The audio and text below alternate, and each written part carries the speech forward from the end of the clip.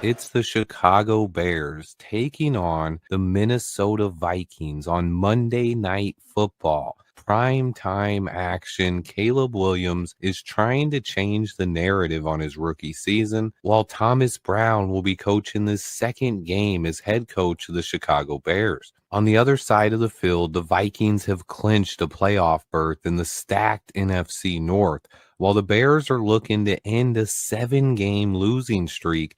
After starting out the season 4-2, things have fallen completely off, forcing the Bears to fire their offensive coordinator Shane Waldron first, followed by head coach Matt Eberflus. The Bears have been officially eliminated from the playoffs again. This team is now playing for momentum and pride going forward. Today we are without left tackle Braxton Jones, and it'll be rookie third-round pick Karan Amagaji making his first career start.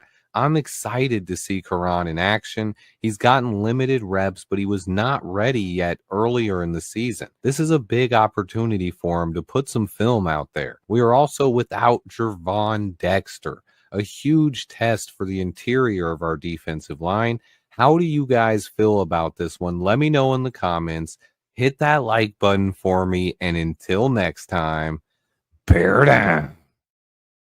Welcome, guys. Welcome. Getting it set up. The Bears are going for it already on a 4th and 1 at the 39-yard line here. Caleb Williams under center. He's going to pitch it to DeAndre Swift. He is not going to get the first down. That is how this game gets started. Minnesota is going to take over in Bears territory. I thought he had it. Oh, what a tackle. Oh, Cole Kmet, you got to hold that block just another second longer. Oh, man. Not a way to start. Game's not over. You guys always saying that in the first quarter. It's all right. But, not what I wanted to see. Here we go.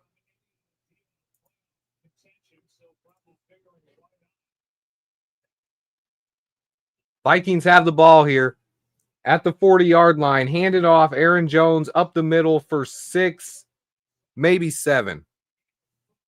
They're only going to give him 5. I like the spot. I'll take it.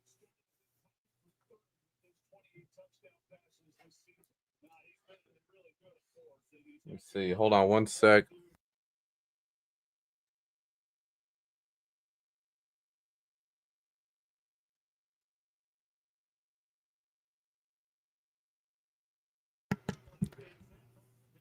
Not gonna. The spread was only 7 for real. Fake play action here. Darnold's looking, throwing, incomplete. Looking for Jordan Addison on that one. 3rd down upcoming here. 3rd and 5. I'm still getting set up just a little bit here. 3rd and 5, guys, upcoming.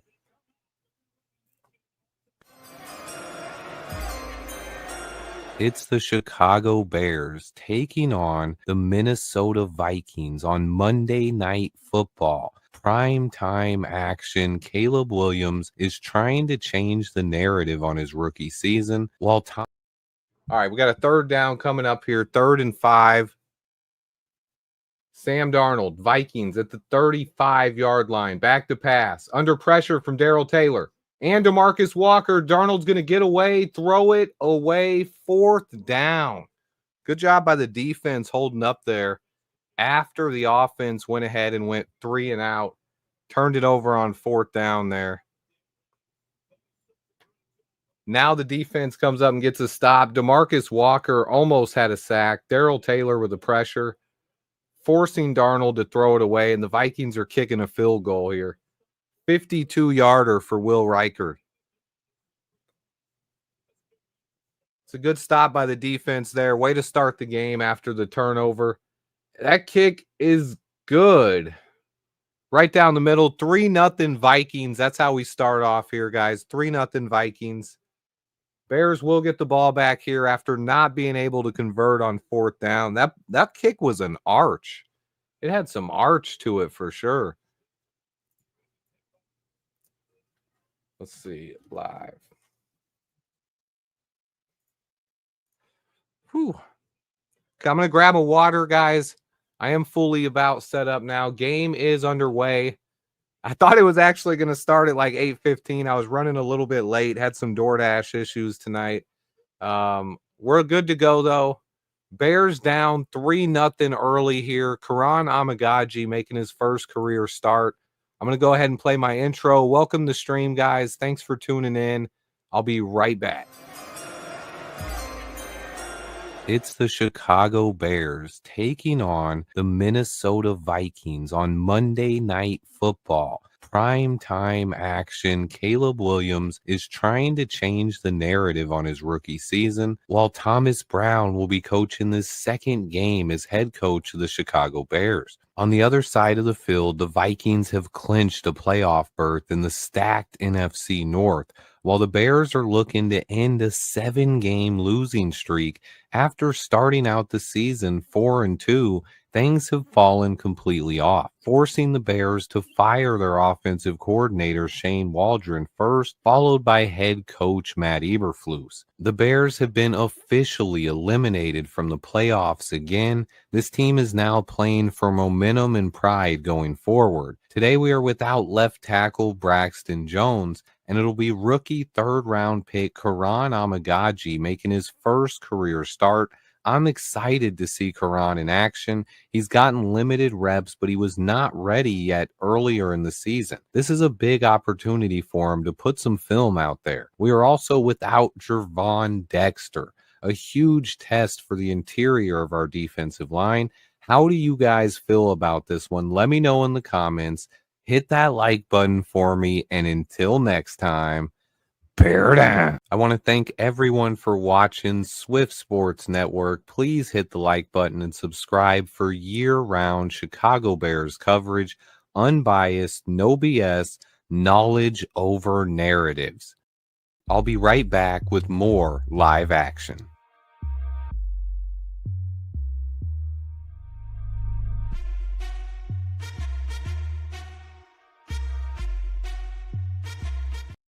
Oh boy. All right. Bears coming back onto the field down 3-0 after this quick start. The kickoff was, they're kicking it off now, but ESPN is showing it looks like it's going to go. Oh no, he is returning it. Homer is going to bring it out. Travis Homer fields it at the 1, cuts back at the 20, tripped up at the 25, but gets right to the 30-yard line, right where we would have got with the touchback. Yeah, Gervon Dexter is out. Huge loss tonight. What's this right here? Most times sacked. Caleb is 20 times behind. He's 20 sacks behind David Carr. David Carr had 76. Oh, 76. We're 20 away. We need to not let's not talk too much about that, but we need to not get sacked too many times tonight. That's the bottom line. Caleb Williams and the Bears taking over at the 30-yard line. Handing off to DJ Moore. He's going to cut back to the 35. Out of bounds, close to the first down at the 40-yard line. Good run by DJ Moore there. They're going to give us 2nd and 1. We got a 2nd and short coming up.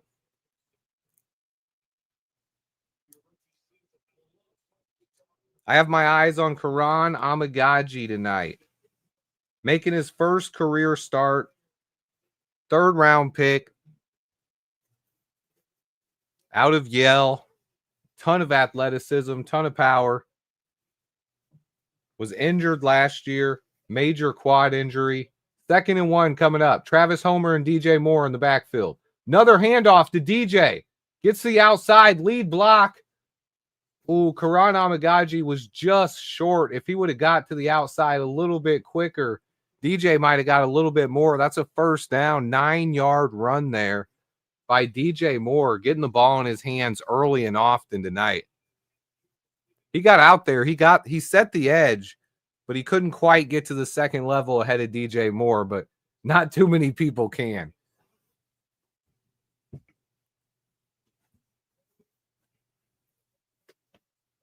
Caleb Williams under center. Swift in the backfield. It's going to play action to Swift. Oh, under pressure. Jump throws. Pass out to the flat to Swift, who's going to get close to another Bears first down.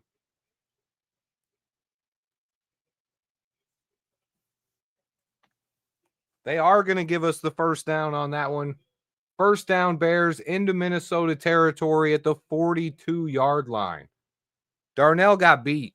Caleb stepped up, avoided the pressure. Nice job by Caleb on that play.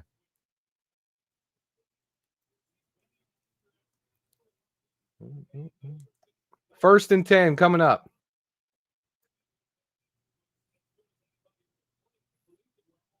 Caleb hands it off. Swift going to run forward and fall down for about 2 yards on that play. Give me a second. I'm going to check some, or I'm not going anywhere. We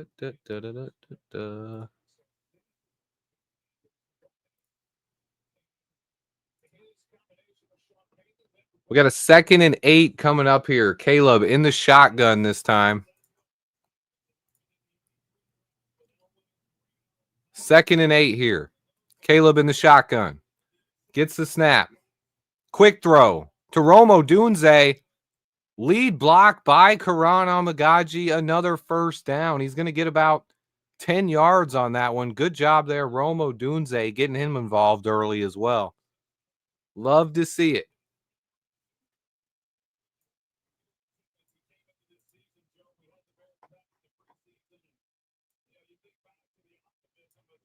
Here we go, boys. That's Rome, baby. That's Rome. Much better play calling. Love to see it. Quick hurrying up to the line here again. Caleb in the shotgun. 1st and 10 from the 30-yard line. DJ Moore in motion.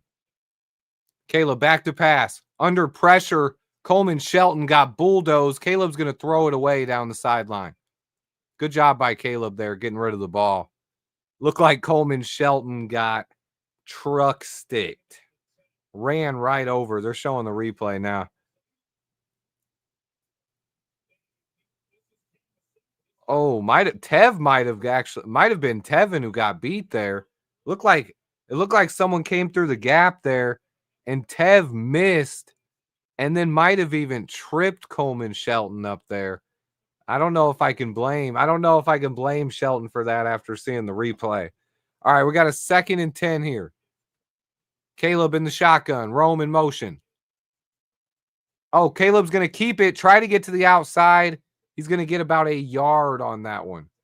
3rd and 9 upcoming here.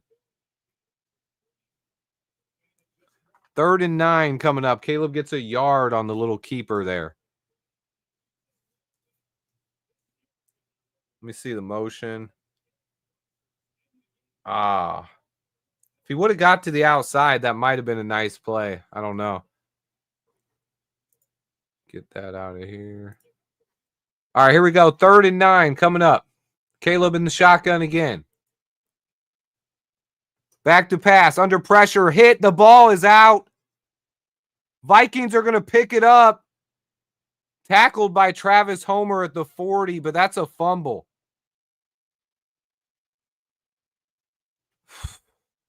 They got there in a hurry. In an absolute hurry.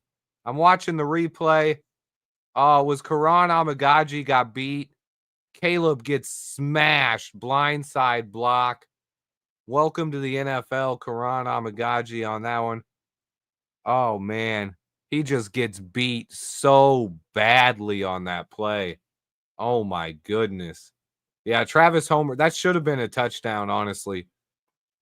Oh, my goodness, man. Amagaji got beat so badly on that one. I feel bad for Caleb. He got hit so hard.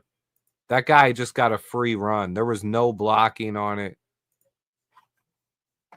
That was just not the play we wanted to see happen. Yeah, he just got beat. He jumped off the line so quick. Got around the corner. Karan didn't even touch him, man. That was tough. He timed the snap perfectly. I hate to see that. Here go the Vikings now with another chance. Both times they've gotten the ball here in Bears territory. Only up 3 here. Second drive, they're starting at the 30-yard line. Handoff, Aaron Jones cuts up the middle, runs hard for a first down. He got about 13 yards there.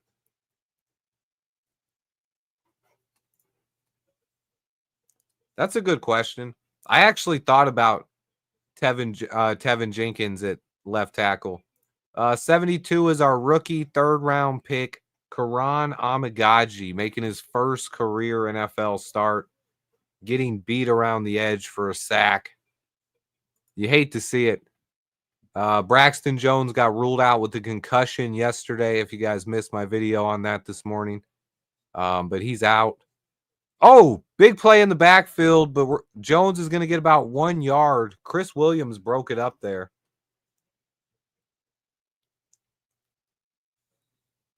Yeah, I'm actually with what Adrian said here. I know people are going to want to crucify Karan after that play, giving up that sack, getting Caleb hit that badly, but it's 3rd and 9. This guy's making his first career NFL start. To me, you got to give him a chip. You got to give him some help. At least a running back, at minimum a tight end. Tight end or running back, someone has to help Chip over there. They're going to commercial break here. 2nd and 9. There was a timeout on the field. I don't know who took the timeout. Official timeout. I missed. There might have been an injury or something there, but for some reason they took a timeout. Yeah, he got Caleb killed on that one.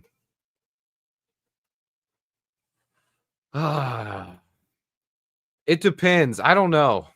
It depends on when you're talking about. When we make big plays, one of the guys who really pumps up our sideline is Jaquan Brisker. He's always hyped on the sideline. Oh, I gotta end this. Whoa. I mean, I would have liked to give him some help on that play, man. Rookie tackle. Who got the sack? Hold on.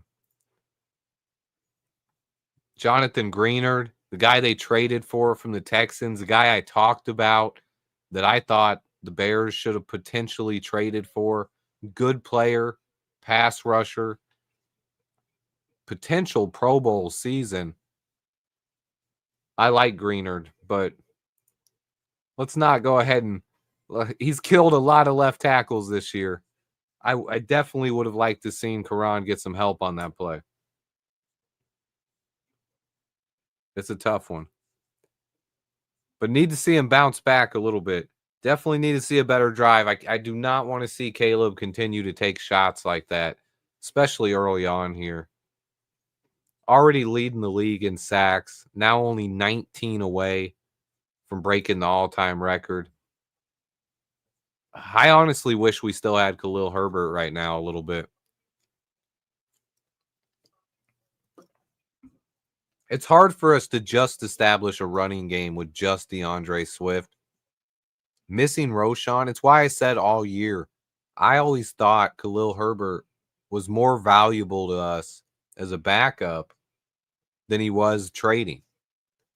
And we got a 7th round pick for him, and we could use him right now.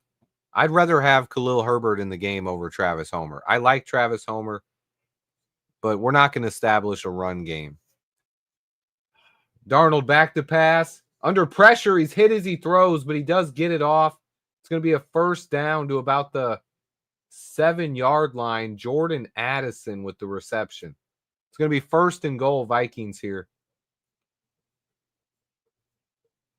1st and goal coming up. Darnold did take a hit there. Darnold took a big hit.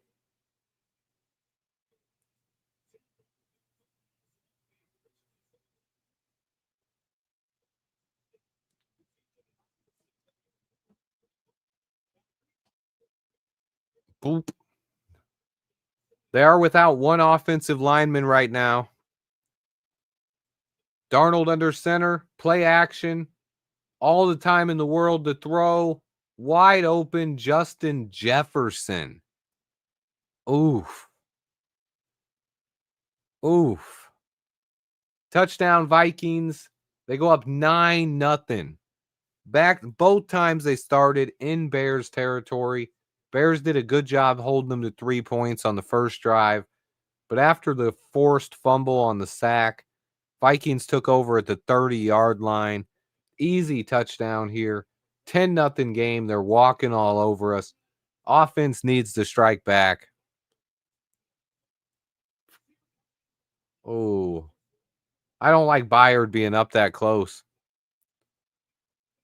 Had no chance of stopping that. I do trust Poles to draft offensive linemen. I think Darnell Wright is headed to be a Pro Bowl player. A lot of people hate on Darnell Wright. I don't understand why. I think Darnell's right now already developed into our best offensive lineman. I'd like to see Poles take another shot in the first round, maybe a second rounder as well, even the third rounder. We need some investments in the O-line this offseason. We don't need any receivers. We don't need any DBs. We could use a running back, honestly. You can use a running back, but you can find them all over the place. Use a running back and some help on the interior of the defensive line as well.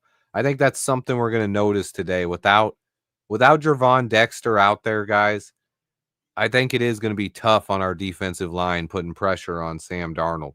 We have gotten pressure a few times today. Chris Williams, the defensive tackle we picked up on waivers, actually has played okay so far. But the Vikings have 10 points. Both times started in Bears territory.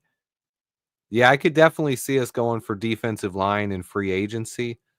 I could see us sign a veteran offensive lineman as well. I don't want to see we don't have to start a bunch of rookies. Well, if we're going to draft heavy in the trenches, I still would like to see us sign a couple veterans to teach the rookies how to play. I mean, and you guys, a lot of people have already written off Karan Amagaji, but I have another huge video coming this week breaking down Braxton Jones and our future at left tackle, whether or not how do we upgrade at left tackle? Because one of the problems is rookies struggle, right? No matter who we draft, a rookie is going to struggle. If you look at the rookie tackles drafted in the first round this year, they have not been better than Braxton Jones. So drafting a rookie at left tackle, even if he's a good player, he's probably not going to be better than Braxton Jones' his rookie season. So left tackle is a huge one. That's one of the biggest hot topics of the whole offseason. I have a huge video coming up on that, but I think one of the biggest things I want to watch tonight is what Karan Amagaji can do. I understand what we've seen so far. I'm grading him out as an F. Getting killed, getting our quarterback absolutely killed. Tito said it. He felt the hit. Like, I felt it too, man. That was one that hurt. That probably knocked the wind out of Caleb, honestly. Could have gave him whiplash. Hits like that just hurt. Ball is kicked off. Travis Homer is going to take a knee. Bears are going to get the ball at the 30-yard line.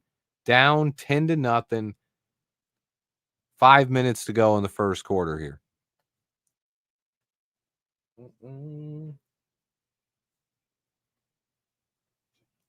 Travis Homer is in at running back.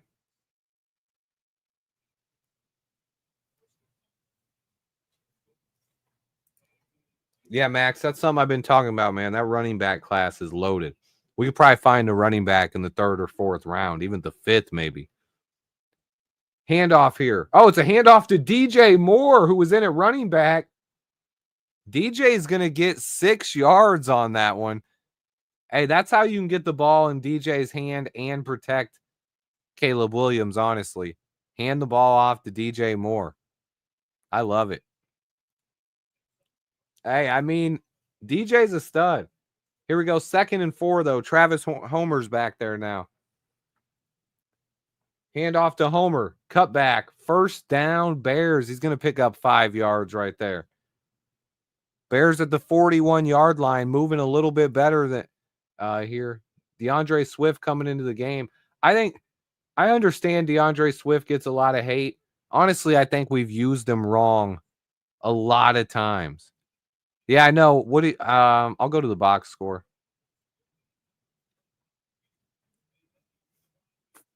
Probably gonna go dark mode here too. It's just better. Dark mode is better for everything. All right, Caleb Williams, changing the play up. First and 10 here from the 40. Play clock winding down. Caleb under center. Hands off. Swift. Nowhere to go. He's going to roll forward for about a yard. 2nd and 9 coming up now. Some of these play calls with Swift, though, I mean, I just don't like it. Swift would be an incredible third down running back, man. I don't know. Swift's killer is a change of pace, guys. You see how the Lions use 2 running backs and how they use Jahmyr Gibbs? That's how we need to use DeAndre Swift, but we need a Monty-style running back with them. That's Roshan Johnson, who we don't have. Who is in the backfield right now? Is that Doug Kramer or Komet? Handoff, Swift is going to get 2. Setting up a 3rd and 7 here.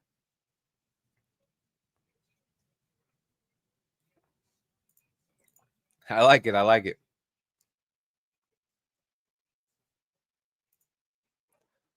I mean, we need a guy who can really pound the rock with him. He needs a guy who's complements his style, honestly. And we had 2 of those guys with Roshan and Khalil Herbert. We traded Khalil, and Roshan is hurt now. Travis Homer is there. We go. Caleb back to pass, throws, batted down, incomplete. 4th down, could have been intercepted. Broken up there. That we're gonna punt. Here we go. 2-yard Swift. That should be his name. I can't hate on Swift just because of his name. I just can't hate on him. I can't do it. Caleb stepped up and threw. Oh, let's see. Oh, yeah. That went through Harrison Smith's hands. Oh, man. I don't think Karan is slow. I think he's still getting the timing of the snap countdown. This is his first time ever playing with these guys, starting a game in his career. It's obviously loud in Minnesota. It's one of the loudest stadiums in the NFL. It's hard to hear. Let's stop writing these guys off in their first career game, guys. But, I mean, I'd like to see him play a lot better.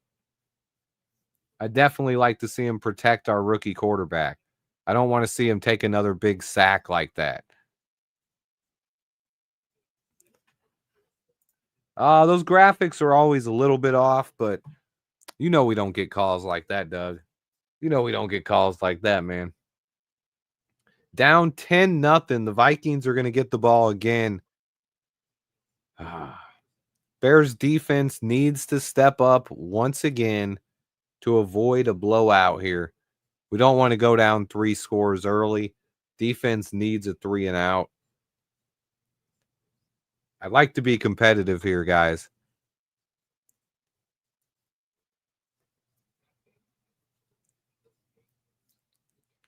Yo, you crazy with that one, bro. He had a tight end. He had a tight end on one play I saw. And on that last 3rd down, they had Travis Homer out there helping him. Travis Homer is actually a really good pass blocking running back, really good special teamer as well. So Travis Homer is helping out there. That play, actually, I don't think it was Karan who got beat. Karan and Travis Homer held up there, man. It looked like Tevin Jenkins got beat on that 3rd down. So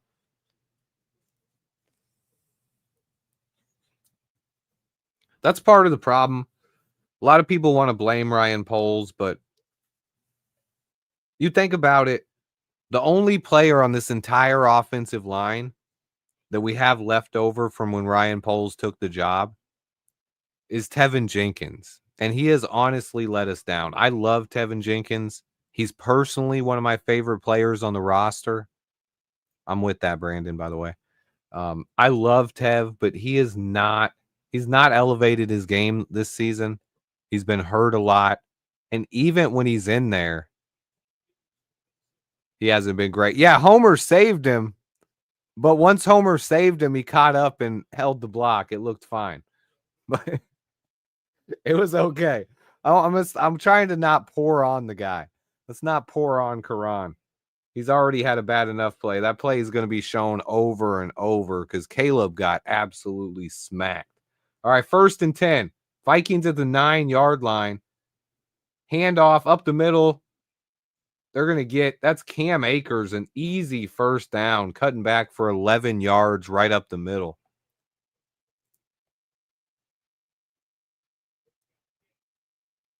Oh, they're showing the Brian O'Neill injury. Oh, yeah, he might not be back. That's a tough one. I feel you, bro. I love Tev. Darnold back to pass, looking deep. Overthrows Justin Jefferson. Good coverage there by Elijah Hicks. Wait, he's back in the game already? Oh, man, that's crazy. I'm looking. I haven't seen much of Zach Pickens, man. I wish I knew. I liked Zach Pickens' tape coming out of college. I think he has potential. JJ's matched up with JJ here. Jalen Johnson and Justin Jefferson. It's a handoff, though. Oh, big play in the backfield. D-Walk is there. They're going to lose 2 yards. Who else was in on that play? D-Walk and who? Hold on. Who is 64?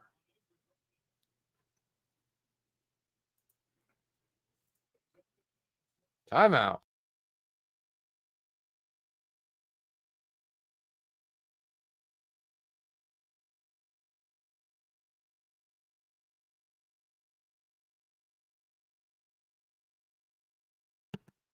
Going to be a false start here, moving the Vikings back. But yeah, I just looked it up. Jonathan Ford. Yep, Jonathan Ford. Almost forgot about that dude. Jonathan Ford was in on that play as well, man. They gave all the credit to DeMarcus Walker, but Ford had a big play on a stunt there as well. False start here's backing the Vikings up. They're in pick 6 territory here. 3rd and 17 coming up. 3rd and 17. He's a second-year player out of Miami. Defensive lineman, 6'5", 338. Run stopper. Oh, my goodness. Aaron Jones is going to pick up the first down. Wait a minute. They're going to mark him short. They're marking him short, but I thought he got it. I think the Vikings are going for it. Our defense just collapsed there. On a 3rd and 17, nobody picking up Aaron Jones over the middle. TJ Edwards missing a tackle. Jalen Johnson looked lazy getting off a block. I got to call JJ out for that. I love you, JJ. But on that play, that looked like JJ didn't even try. It looked like he didn't even try to get off the block. It's going to end the first quarter, though. We're going the second quarter. Replay assist overturned it. Vikings first down. Heading into the second quarter here, guys. Wow. Replay assisted.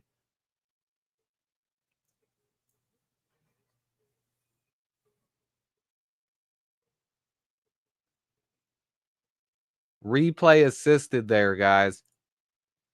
Hate to see it, to be honest. I love JJ. I don't want to say that much, but I've seen him make some great plays this year, but that wasn't one of them.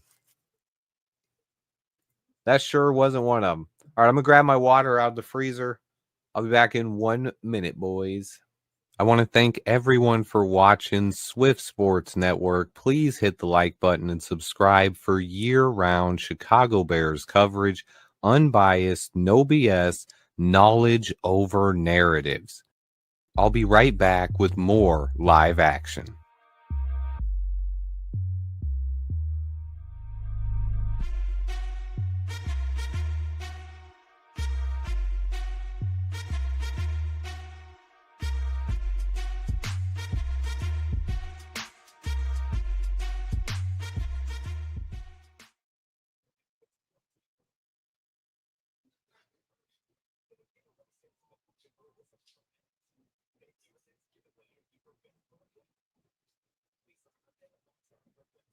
Dun, dun, dun, dun, dun, dun. Bum, bum, bum, bum, bum, bum. Down 10-0. The Vikings just picked up an awful third down there. You gotta scold our defense for that. Honestly, someone has to be mad out there. Someone has to be mad about the defense giving up that third and 17. And all they did is dump it over the middle to Aaron Jones. Pathetic. Swift, why don't you start beating the drums about how bad Swift is at running back? I mean, because I think he's a good change of pace running back. You have to use him right. It'd be the same thing. Let me put it like this, guys. Do you guys think Jahmyr Gibbs is a bad running back for the Lions? Because if you switch Jahmyr Gibbs and DeAndre Swift and put Swift back with the Lions with that O-line and with David Montgomery and put Gibbs on our team behind this O-line and tried to run him up the middle all the time, everyone would think Jahmyr Gibbs sucks too. Darnold back to pass, quick over the middle, 8-yard completion to Jordan Addison. Yeah, I mean, watch some tape of DeAndre Swift with the Lions behind that line or with the Eagles last year. He's a good player. You can't run behind a bad O-line. Darnold back to pass again, complete another first down. Vikings are moving the ball effortlessly now.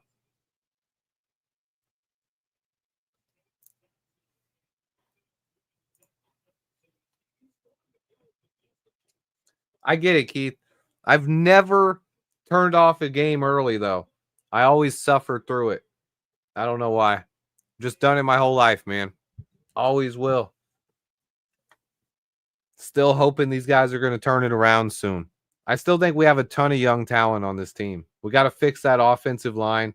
Darnold back to pass again, complete to the sideline. Justin Jefferson is going to do a little spin move, get around Kyler Gordon for another Vikings first down. There is a flag, though. This one's coming back. This one is coming back. I mean, JJ's hard to cover, man. Legal formation there. There we go. This one's coming back.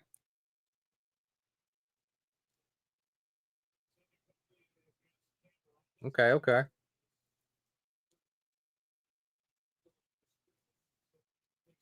Oh, he was off the line. Oof. That's a tough one. We have another really big offseason coming up, honestly. We have to hire the right head coach. If you guys look at the other teams that are successful, look at the Vikings, look at the Packers, look at the Steelers. Their coaches turn things around. Head coaches really matter. We have to get the head coach right. I think that's the most important thing about the offseason. Get the head coach right and fix this offensive line. There's another thing with the offensive line. They can look a lot better with the right play calls. If Kyle Shanahan was our play caller, I bet this offensive line would look a lot better. Darnold throws incomplete over the middle of the field. I think that's a horrible take, KO. I disagree with that 100%. I think you 1,000% let Poles hire the head coach and everyone else stays out of it this time. I don't want anyone interviewing the coaches before Poles has. I don't want the McCaskies involved. I don't want Kevin Warren involved. I want Ryan Poles doing that. That we always have too many cooks in the kitchen. Last time when Eberflus was hired, Eberflus was interviewed before Ryan Poles was.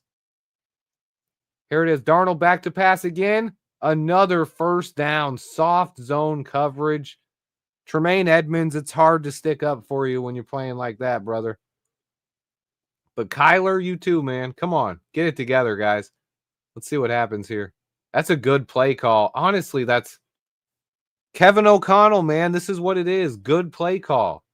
They split them up. There's 2 defenders in that zone. Look, that's perfect, though. Here's what happened there, guys. If you look, if you watch the all 22 of that, you'll see there's 2 guys in zone over there.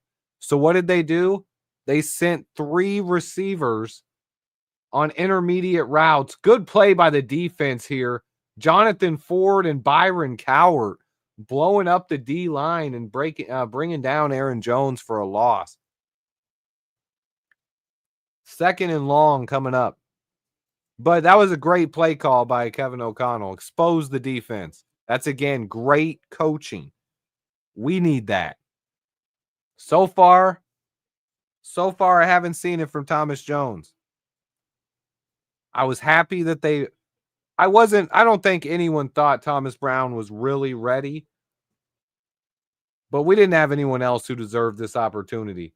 And I was hopeful. You always got to be hopeful with these guys. So far, he has not done much. Darnold back to pass again. Another first down. Jordan Addison, 15 yards downfield.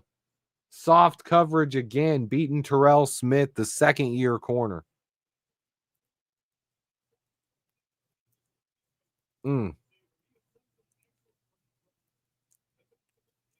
Just getting beat by better receivers. I mean, that's hard to cover. Yeah, I mean, actually, a pocket full of rye. He said it right there. I mean, he had all day to throw. If we would have put some pressure on him there, might have been a different story. Darnold back to pass again. All day to throw again. Oh, Justin Jefferson was wide open at the 3-yard line and dropped the ball. That was a touchdown. Vikings should be up 17-0. But one of the rare drops from the best receiver in football, Justin Jefferson. You do not see that much, guys. You do not see that much. Yeah, just took his eyes off the ball before he caught it. It bounced off his stomach. 3rd and long coming, or no, 2nd and 10. I thought it was 3rd. Got ahead of myself. Darnold going to hand off this time. Defense, the defensive line is stepping up. Tremaine Edmonds going to come through with a tackle for loss there, but the defensive tackles again blew the play up. We have some backup guys stepping up in the absence of Jervon Dexter and Andrew Billings, by the way. 3rd and long. Here we go. Darnold back to pass. Has all day again. Throws it short of the first down. And he's going to be tackled by Jalen Johnson. This is going to set up a 4th and 3. Vikings could go for this.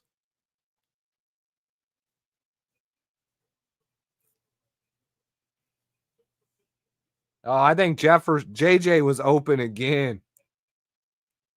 Yeah, they're going for it.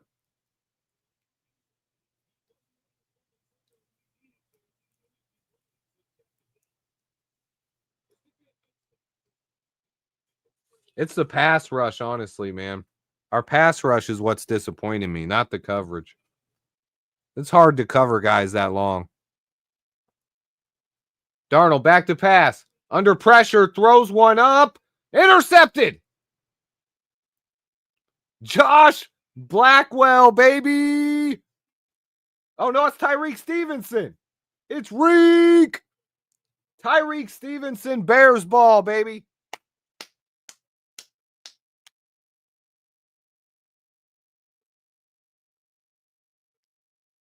Yeah, he probably should have knocked it down. We would have had better field position.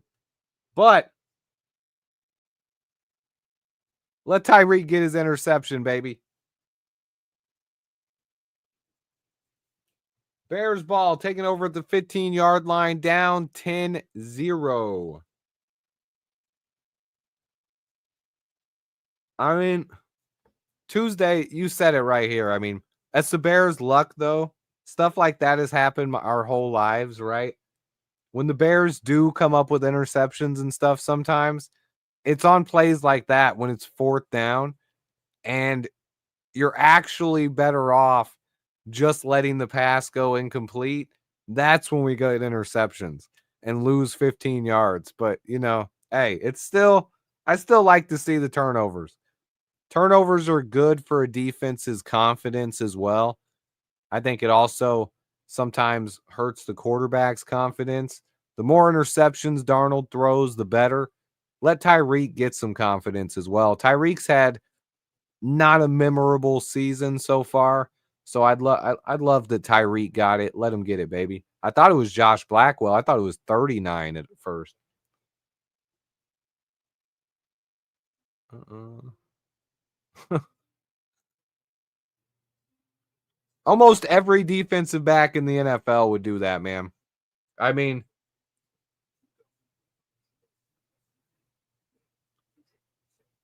you have to realize there's always the potential of returning it. The defense gets hyped and gets to celebrate after a turnover. Um, it's something when Eberflus was here, they really preached turnovers. But I know that Eric Washington's big on turnovers too. So it's still a big thing. It's a big thing for morale. Now we need the offense to come back and answer. Just get that 15 yards back on the first play.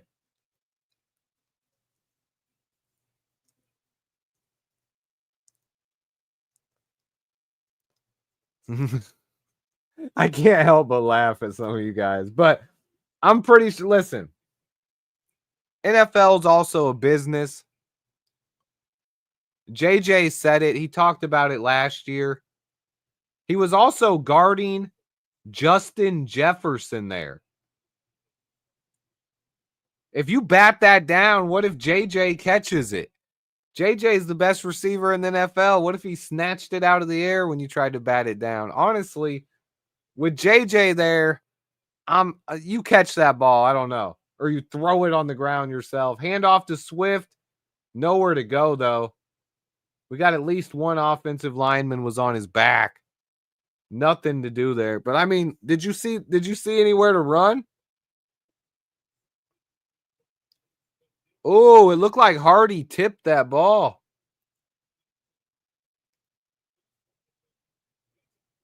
Yeah, they had Justin Jefferson and TJ Hawkinson there.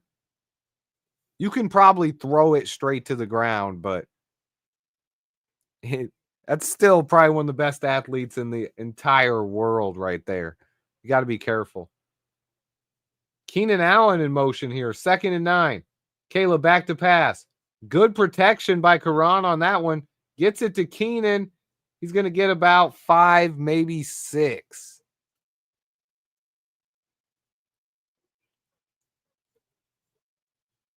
Here comes 3rd and 4. Need a first down here, guys. We need a first down.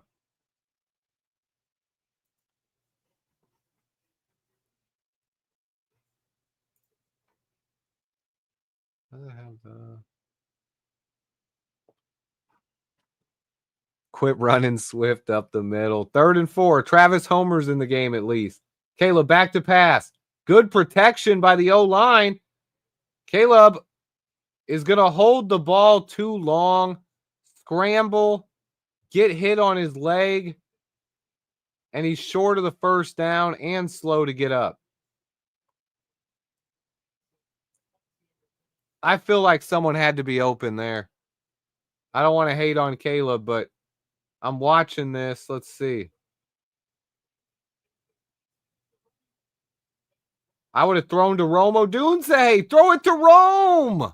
Oh, my goodness. If that was Justin Fields, every single person would have been saying, throw the ball. Throw the ball. Oh, no. Oh, wait, he got it off. That might be roughing the punter. That might be roughing the punter, baby.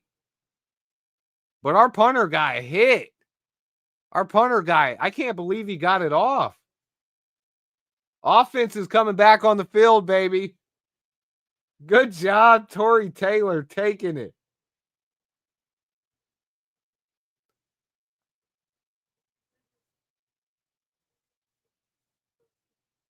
First down, baby. Oh, he lowered his shoulder into him, too.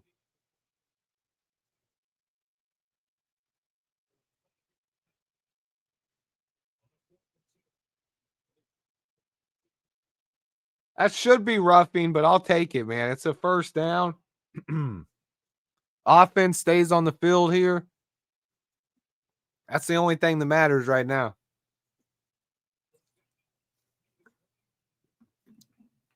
Try to get into some kind of rhythm here. Come on.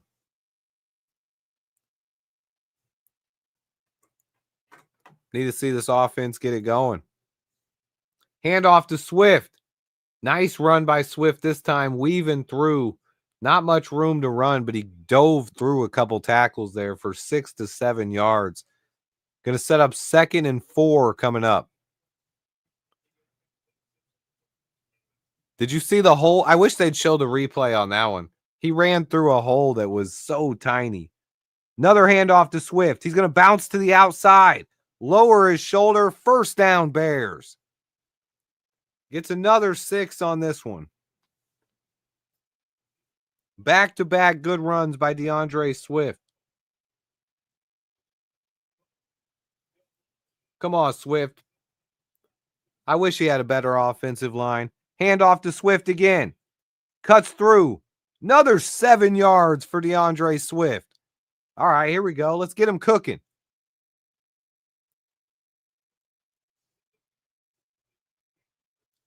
Come on, baby. Oh, no.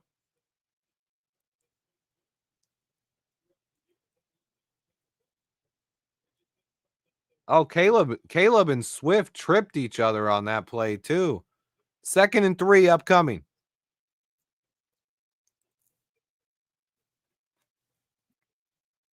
Caleb under center. Play action. Throws it short to Cole Kmet.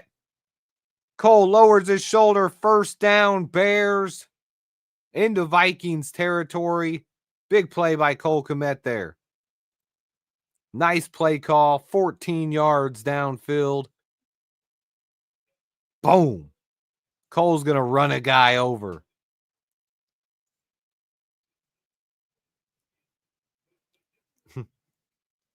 He said, who's number 85? He's a podcaster. 1st and 10 from the 38. Caleb back to pass. Quick screen to DJ Moore. Almost broke away, but he's going to get tackled quickly. He's going to get about 3 yards on that one. I like the play call there. He was close to breaking that one for what looked like it would have been a big play.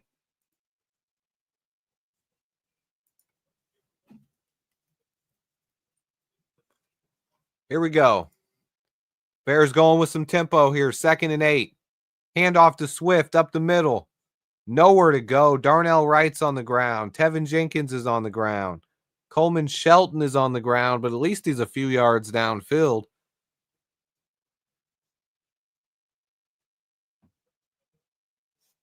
You have to run. A lot of times you have to run with the coach's call. They don't want you breaking everything outside. Whew, here we go, guys. 3rd and 5. Big play coming up. Caleb in the shotgun. Travis Homer checked in the game now. Bears are 0 for 4 tonight on 3rd downs. Caleb back to pass. Under pressure. There's a flag down. Looks like holding. Caleb is going to pick up the 1st down, but I believe there was a hold on that, and it's going to come back. It's probably coming back. It's going to be 3rd and 15. They're calling it on the rookie. Karan Amagaji. Oh, man. What a bad game for Karan. Not on a play when they got a 1st down, bro. Let's watch. Oh, that's definitely a hold. It's definitely a hold. Definitely a hold. It's definitely a hold.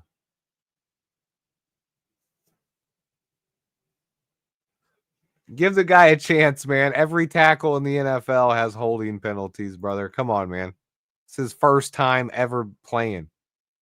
Quick pass to DJ Moore. He's got some blockers out front. DJ gets all the way close to a first down. He's going to get 14 yards on that play. It's going to be 4th and 1, but Bears are in field goal range here. Do they go for it?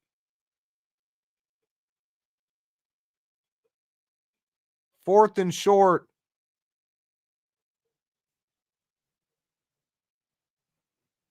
I think they're going for it. We have nothing to lose, guys. Nothing to lose. You know what I mean? We're out of the playoffs. Caleb hands it off. Swift. He is close. I don't know. I don't think he got it. I don't think he got it.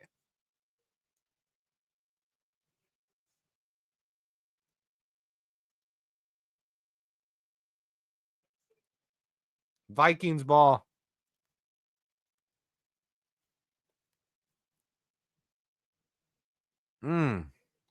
Swift tried. Swift tried. He dove backwards. He tried to crawl for it. It looked like 3 people at least got beat on that one. I don't know. That was tough. That was tough. That was tough. Yeah, I don't know why Swift was in. I got to agree. Everyone in the chat's saying it. I'm blaming Thomas Brown for that. I don't know why we're running Swift on a 4th and 1. If I knew that was going to be the play call, at that point, I would have said just kick the field goal. Look, I love Swift, but let's not run him up the middle. If you watch the Eagles, when they did run him, you can run him with outside zone. And that's one of the things. We've ran outside zone. That has nothing to do with Ryan Poles, man. Oh God, some people. We ran outside zone for the last 3 years. Why are we not running outside zone with DeAndre Swift? Why are we running him I formation up the middle? Why are we running him single back up the middle? I don't get it. I don't get it.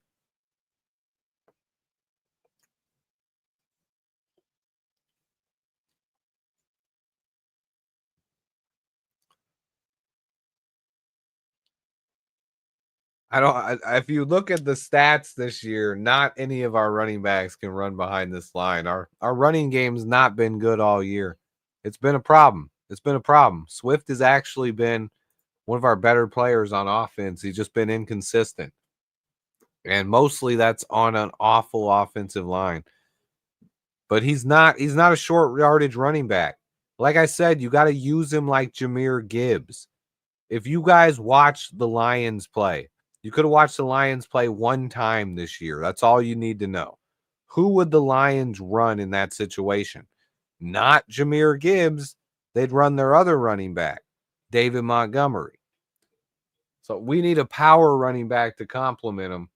Right now, we don't have that. Falcons up 7-0 in the other Monday Night Football game. I forgot about that.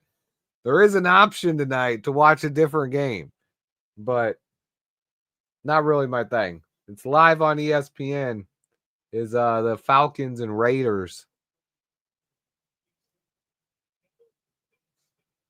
Here comes the Vikings. First play, toss to Aaron Jones. He's going to get 2, maybe 3 yards.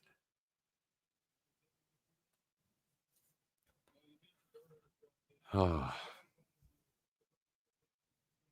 2nd and 7 coming up.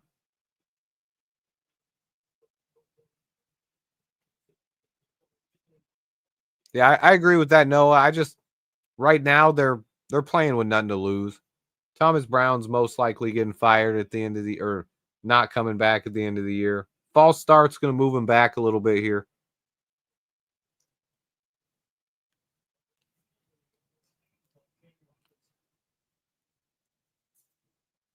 I mean, he didn't 100% let Monty walk. He offered Monty a contract. Monty was a free agent, chose to go to Detroit. But, I mean, almost everyone in the league says don't overpay running backs. But I'm one of the first people to say, I miss David Montgomery. He runs as hard as anyone in the NFL. But you guys are also biased on that exact same thing I was just talking about with Jahmyr Gibbs. If you put David Montgomery behind this offensive line, he would definitely look better than Swift running up the middle right now. But he would not look anything like he does in Detroit. And that's one of the big things. And you guys all remembered it when he was here. He danced a lot. And he can do that in Detroit when you have a good offensive line. What happened for him here is he would dance behind the line of scrimmage. Someone would run into him 2 yards behind the line. David was a monster, and he would break 2-3 tackles, but he'd only get 1 to 3 yards. His yards per carry here was not much better than Swift's right now, if it is at all.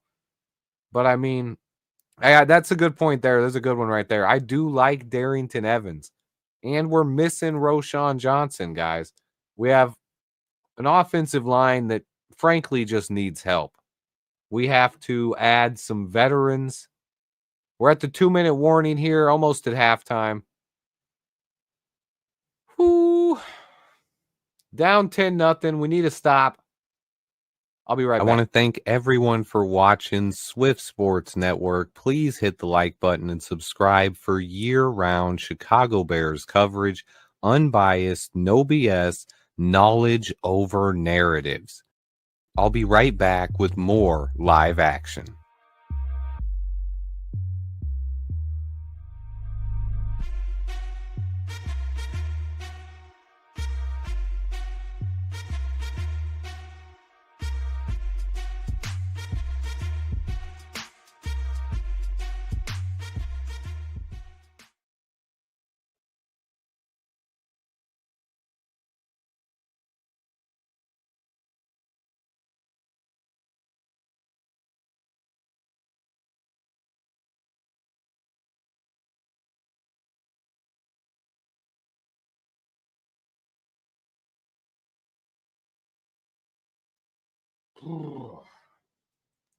I don't know, guys. I don't know.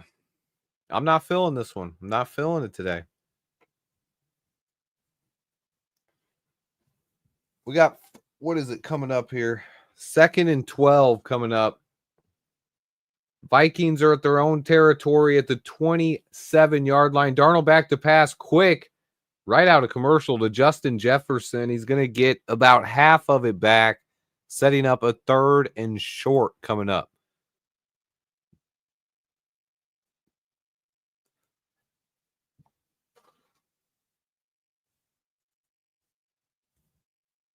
Let's see. Fantasy recap. Players of the week. Josh Allen went off again. Man. Another big game for Josh Allen. Huge 3rd down coming up here for the Bears defense. 3rd and 4. There was a timeout on the field here, though. First by the Bears. We're taking timeouts here. I knew there was going to be talk about tanking tonight. I knew there would be talk about tanking. Look, as always, I root for the Bears to win. But I also realize when at times, sometimes losing will help us get better in the long haul. But I'm still rooting for us to win. 3rd down. Wide open. TJ Hawkinson in the flat. 1st down. Vikings moving the ball. Bears sent an extra rusher and got no pressure. Let's see. Montez Sweat blocked. Soft coverage. I hate the zone. Let's play man coverage, man. Let's play man coverage. Thomas Brown's not. Oh, well, yeah, he could never call play. I thought you were talking about on defense. I was gonna say he's not calling plays on defense. That's for sure. 1st and 10 here. Vikings ball at the 44. Darnold back to pass. With time again, complete to Jordan Addison, probably about 5 yards over the middle of the field.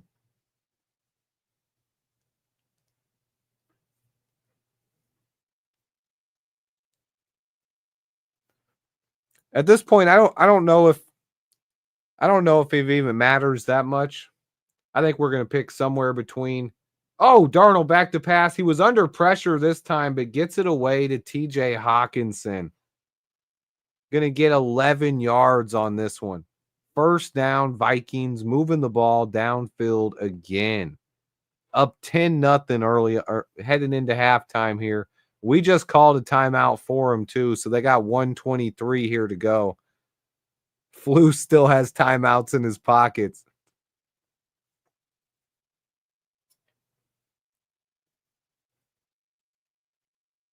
10-0 game here, guys.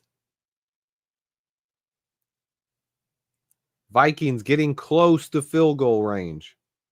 Darnold back to pass. No pressure again. Jordan Addison gets hit hard by Kevin Byard, but not before he picks up the first down. I don't know what they're being coached right now, man. Oh, it looks like they're just picking on Tremaine Edmonds now. Darnold back to pass. This time under pressure and sacked. Brought down by Chris Williams. Who else was in on that? Hold on. Let's watch a replay. Big sack on that one.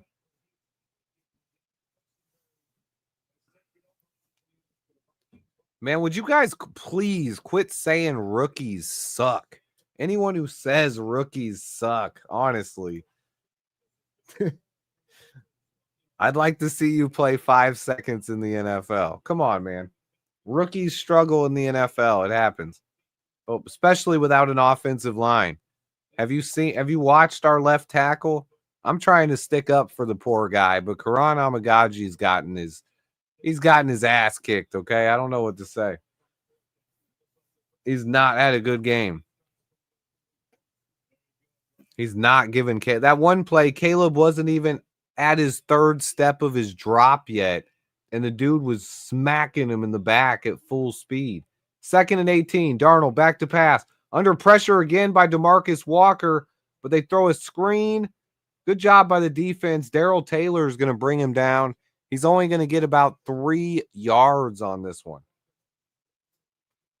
Look, I get it. We can talk rookies when they deserve some criticism sometimes, but every time a rookie makes a mistake, people want to say that guy sucks. That guy sucks. He's awful. Let's cut him.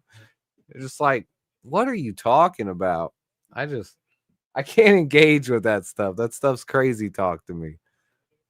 Oh man. Eric Harper's in Nate Davis game shape, getting winded walking down the stairs. We might have seen that happen with Nate at training camp a time or two. 3rd and 14 coming up. Montez Sweat looking like he needs to make a play. Eric Washington looked like he was just giving Tremaine Edmonds an earful there. I like that, kind of like what I seen there. It didn't seem like Eric Washington was telling Tremaine to coach grass. It looked like he was saying you better stop covering grass before something happens, you know. All right, here we go. Come on, 3rd and 14.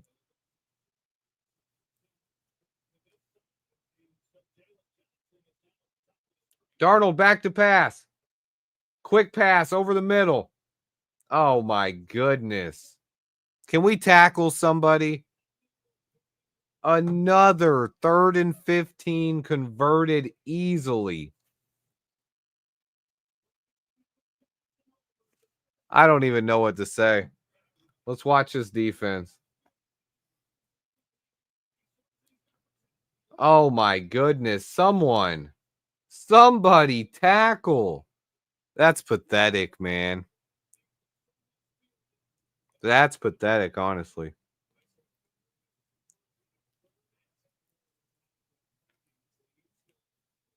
third conversion on 3rd and 10 or longer.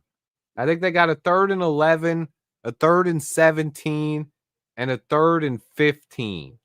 And that's called, look, that wasn't just great players. When you watch that, guys, that had nothing to do with players.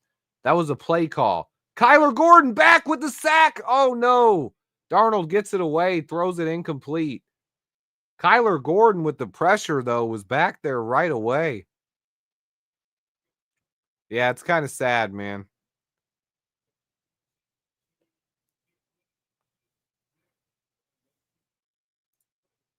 Look, the only reason Quran was available is because of the injury. I don't picking a worse player because he's healthy doesn't make sense to me. You don't find left tackles of his athleticism and power in the 3rd round usually. He's a guy who was graded out as higher than a 3rd rounder. So I don't know. You want to take good players. Oh, second, that's going to be incomplete. Hawkinson saying he caught it, and I thought he caught it too. I kind of want to see that replay. We're about at halftime here, though. Oh, he didn't complete it to the ground. I don't know. 3rd and 10 coming up. Only 15 or so seconds here.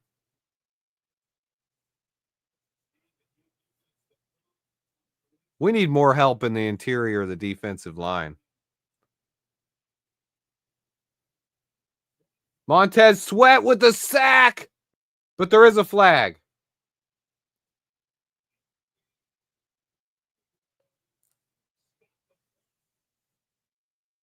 Oh, this is BS.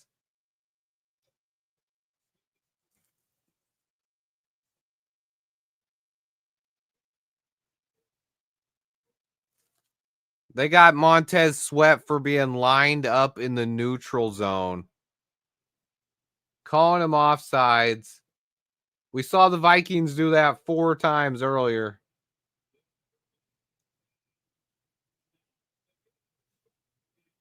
That would have been it, guys. That would have been halftime because the Vikings had no timeouts to stop the clock. 12 seconds on the clock. Clock was running. They were not going to be able to get up and snap it. Ah, I hate it, man. I hate it. Now they're probably going to score a touchdown. Darnold back to pass, throws. Incomplete at least. All right, it's going to be 4th down. At least they didn't get a touchdown there. But they gave him another 3 points. It's going to be 13-0 heading into halftime. Ah, man. Yeah, I honestly thought they were going to get a touchdown there. Finally, some good coverage.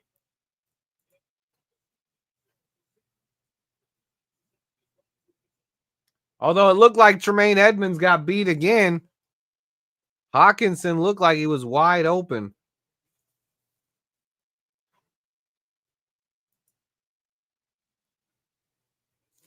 It's tough. 13-0. Going into halftime. I'll turn my camera on and do a halftime talk. We'll talk about some of the stuff I've seen in the first half. Karan Amagaji getting beat. I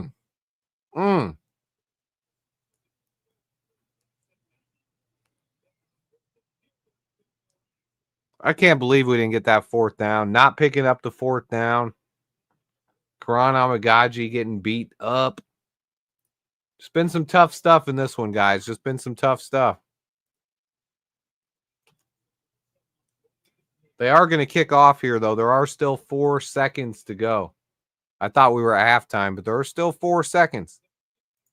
Still got 4 seconds before the half.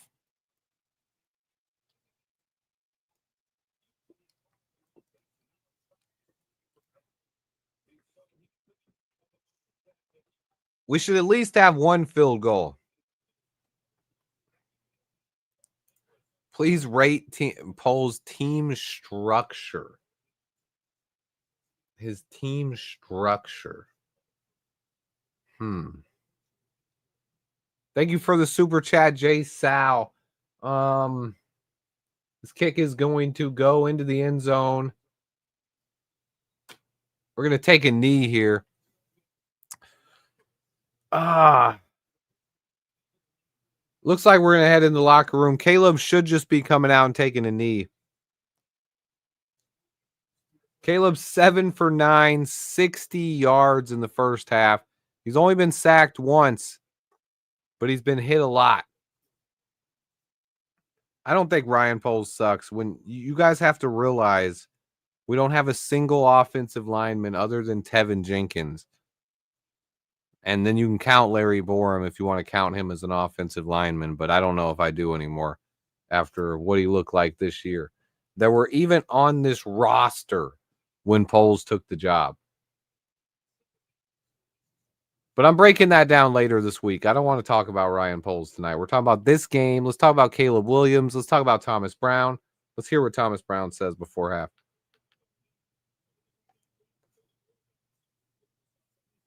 Yep, we got to protect the quarterback, get some stops on defense. Bears have been shut out 5 times in the first half this year, more than any team in the NFL.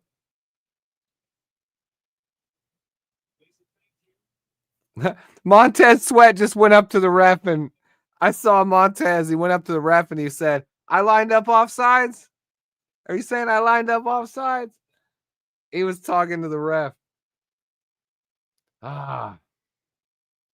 Only down 13-0. Game is not over yet tonight.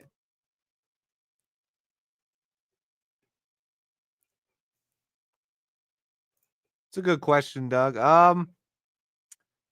I don't know what kind of shape he's in. I don't know how ready he is. Jay Sal, I'd give him a 7. My final answer on that one. But I have a whole, it's probably going to be a 20-minute video. I'm breaking down every move Ryan Poles made. The video is it's written, but I got to record it, edit it, make some graphics, all that. It'll be out Tuesday or Wednesday. But I'm be breaking down, covering everything Ryan Poles did and why I believe he's doing a good job. I understand, yes, he should have done a lot more to the offensive line, but I think there are a couple things that people are forgetting. He didn't have any talent on this offensive line when he got here. He didn't have a first-round pick. We didn't have any cap space. Free agency the last 2 years has been pretty weak. With the extended salary caps due to COVID and everything, the rise in the TV deals, there's a lot of stuff that happened. That's not really the stuff I'm talking about, but I'm giving you a little bonus to that right now. I think, but here's the thing. Here's what your guys are missing, right? If you gave him a 7 before the season happened, what happens during the season isn't on Ryan Poles. That's on the coaches to develop these players. I don't understand how you can be happy with what he does in the offseason, but then the coaches don't put the players in the right position to succeed. And then all of a sudden you change your mind about how you feel about the guy who brought in the talent. I think I just don't understand that. Like, if you're happy with what he did in the offseason, just because we had a bad year doesn't mean you fire the guy that's building the team or blame him. I think that's something that a lot of people are doing that I don't really understand. Players have gotten hurt. We haven't gotten the most out of our players. And one of the biggest arguments I think a lot of people have made are, how many Pro Bowlers have Ryan Poles drafted? Here, let me answer that question, guys. If we win games, we'd have a lot of Pro Bowlers, because the Pro Bowl isn't a talent-based vote. It's a popularity vote. When you win games, you have Pro Bowlers. When you don't win games, you don't have many Pro Bowlers. So once this team is turned around, a lot of these players that are on the roster right now that you guys are talking crap about and saying are not Pro Bowlers are going to be making Pro Bowls. DJ Moore is a Pro Bowl caliber player. Caleb Williams, I believe, will develop into a Pro Bowl caliber player. Same with Romo Dunze and Darnell Wright. On defense, we have a handful of them. Montez Sweat, he is a definite Pro Bowl caliber player. He needs more help around him. He needs better coaching, and we might need better linebackers and coverage. I'm beginning to be out on Tremaine Edmonds. I don't know what he's doing out there, but it looks like he's guarding grass. And that's not what you do. You don't guard grass. You guard football players. So Jalen Johnson is a Pro Bowl player. I think Jaquan Brisker and Kyler Gordon can be Pro Bowl players. I think Jervon Dexter can be a Pro Bowl player. And then we have 3 picks in the top 50 of next year's draft that is because of Ryan Poles. He hasn't traded away any of our first round picks like all of our other GMs did. And he actually got us an extra second round pick. So there's so much to it, guys, but I have way more than that. Like that's 1% maybe of just what I'm talking about in that video. There's just so much Ryan Poles I believe he's done.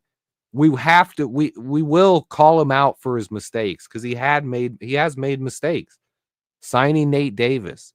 But that's what happens when you overpay in free agency. You get Nate Davises. But he did hire Matt Eberflus.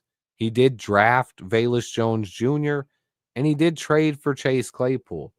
But he's done so much more good than he has bad. And overall, this team's future is so much brighter because of that. Look, Tremaine Edmonds was the number 1 coverage linebacker in the NFL 2 years ago, and he's only 25 years old. I don't know what's going on with Tremaine. Sometimes you get paid and you fall off. Sometimes it's a scheme. Sometimes it's the guys around you. I don't know. But I like Tremaine Edmonds as a player.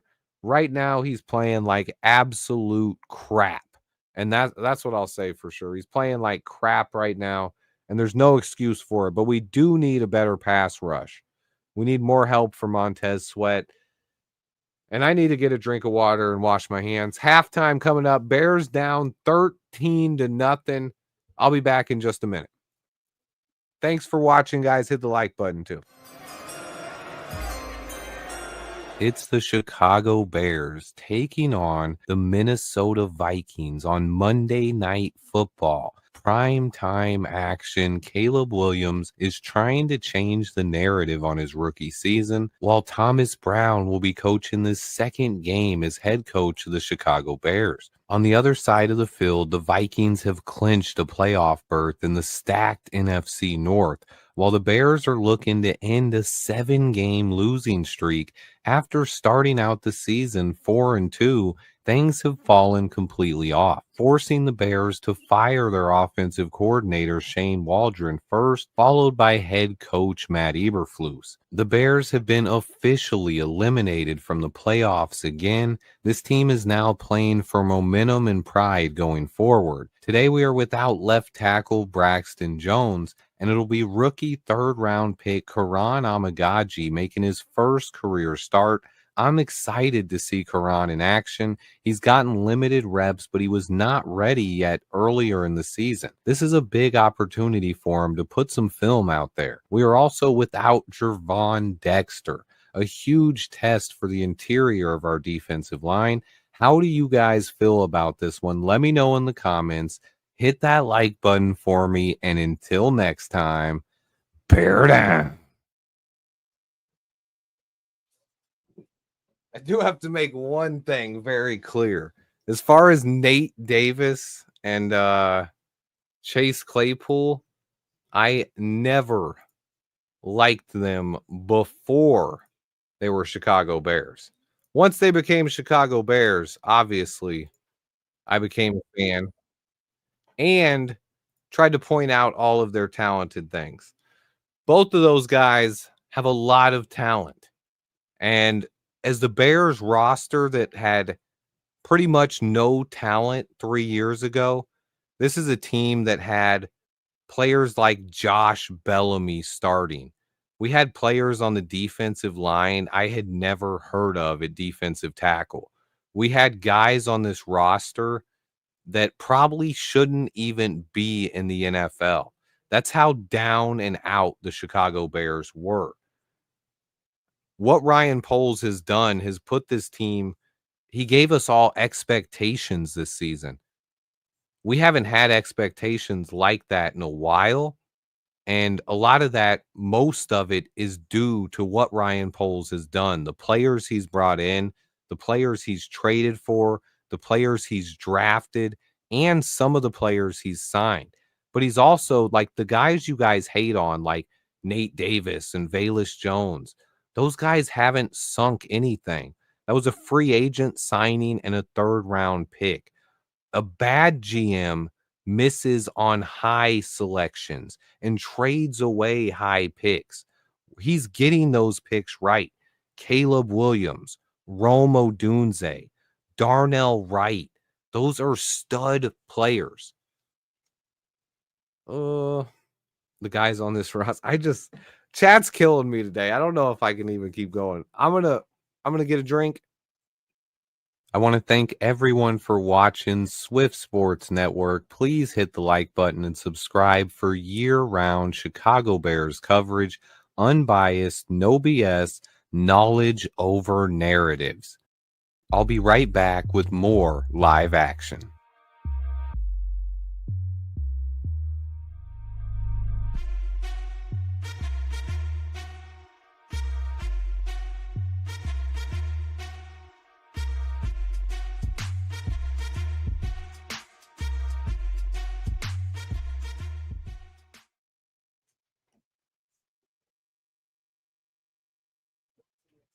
Yeah, I don't drink. Can we say Darnell Wright is a hit considering he's graded out as a top 15 tackle in the NFL in year 2 and his stats compared to Penei Sewell after 2 years are really positive?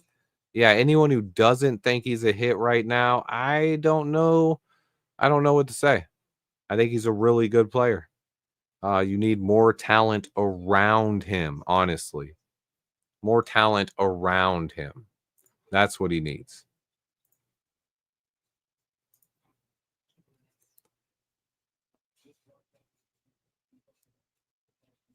Everyone talks about Mike Vrabel.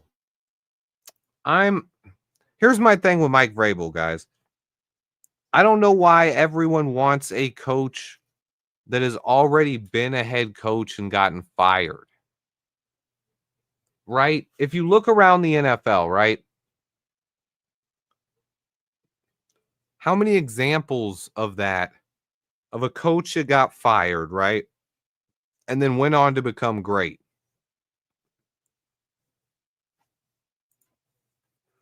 How many? How many? Like, I mean, if you look at the great coaches, the Kyle Shanahan, the Matt LaFleur, Kevin O'Connell, Andy Reid he went to a Super Bowl. And here's the thing with Andy Reid, though. He went to a Super Bowl in Philly. I don't remember if he got fired or they let him go or whatever. If he did get fired, that's the one example. But he's a guy, he went to a Super Bowl in Philly. Mike Vrabel didn't go to no Super Bowl. That's a completely different thing. Yeah, he's a guy who went to a Super Bowl. But let's talk about, he's also an offensive play caller, which Mike Vrabel isn't. But another thing, those are the two check boxes for me, right? If you're trying to get a coach, right? I want an offensive play caller, and I want a guy who is an up and comer, not a guy who's been fired. I don't know. If I'm going with a guy that's been fired, give me Cliff Kingsbury then. At least give me an offensive play caller. I'd rather pair a young mind, a young offensive mind with Caleb Williams than bring in another old defensive coach. Matt Eberflus, John Fox 3.0. I don't really want that. Give me a young offensive minded guy. That's what I want. All right, second half is kicking off. No, I don't want a Matt Nagy, but here's the thing, guys. Matt Nagy was the right process. But Matt Nagy never called plays. This is my biggest thing. If you're going to hire an offensive minded play caller, don't hire one that's never called plays. Nagy had never called plays. Ben Johnson has called plays for 3 years. I don't think you can compare him to Matt Nagy at all. Handoff up the middle. Aaron Jones is going to get 5 yards to start out the second half, but there is a flag.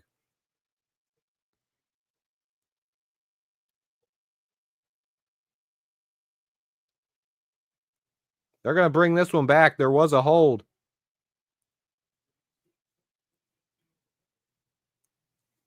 Backing the Vikings up here. Good start to the second half.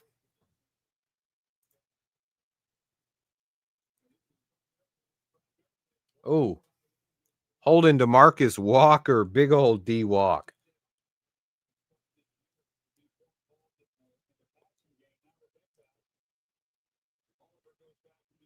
Here we go. 1st and 20 now. Vikings backed up to the 20-yard line. Darnold in the shotgun. Darnold steps up and fires complete over the middle. Only about 4 yards on that one. He's going to get about 4 yards.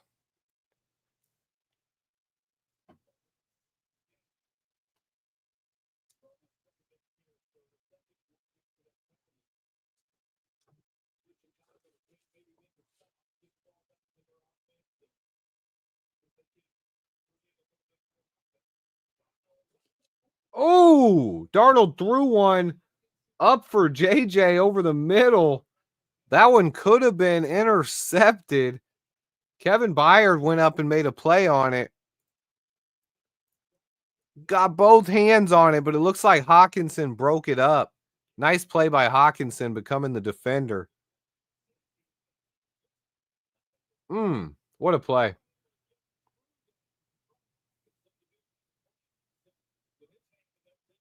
Oh, man. 3rd and 15 coming up. Darnold in the shotgun again.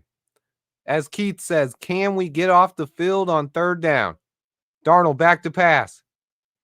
Under pressure, he takes a hit and does not get it away. Incomplete. Bears pick it up in case there's a fumble. Kevin Byard's going to run it into the end zone, but that's going to be an incomplete pass. 4th down. I think DeMarcus Walker hit him hard. D. Walker. Oh, nice. Broke off the double team. Woof. Boom. Oh, wait a minute. They did hit that ball. DeMarcus Walker is pumped up. Vikings are going to punt the ball away here. We got one guy on that defense coming to life.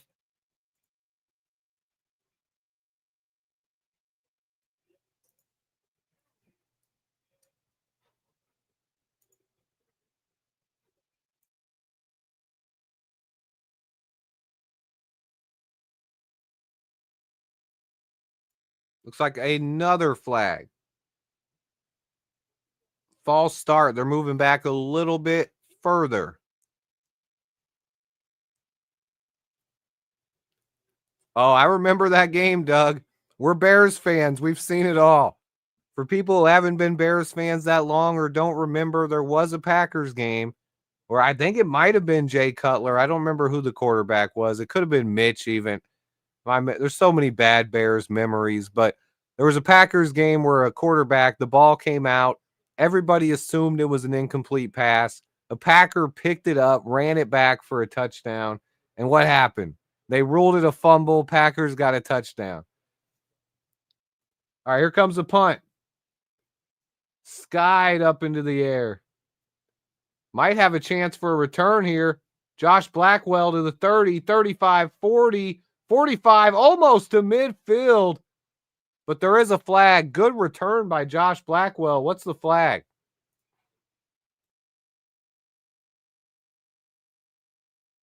It's coming back, of course.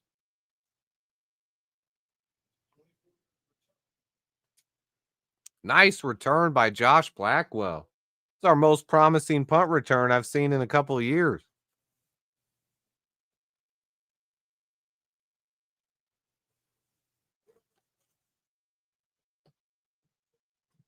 Oh man, the illegal block in the back. Tuesday, my man, gifting 5 people memberships. Get those emojis in, boys. Thank you, brother.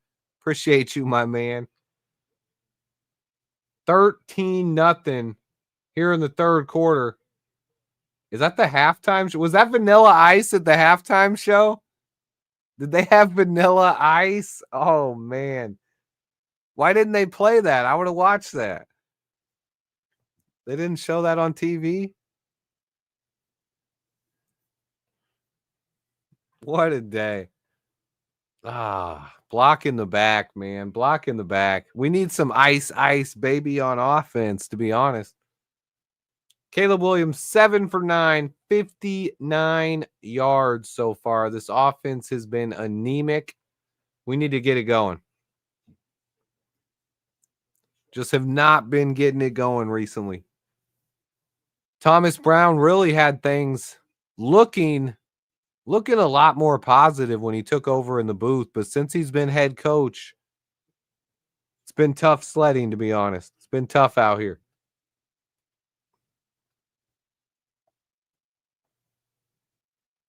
Whew, I don't know. That's tough. That's tough. We need fire on offense. Yeah, it was like fire and ice, like some hot ice. Yeah, we need fire though. You're right. You're right. Who knows what we do with ice? We'd probably slip and fall. We don't need anything like that. Yeah, we need more help for Karan Amagaji. He needs some help out there. Rookie left tackle. The Vikings have good pass rushers. That's and Brian Flores also mixes it up with a lot of blitzes.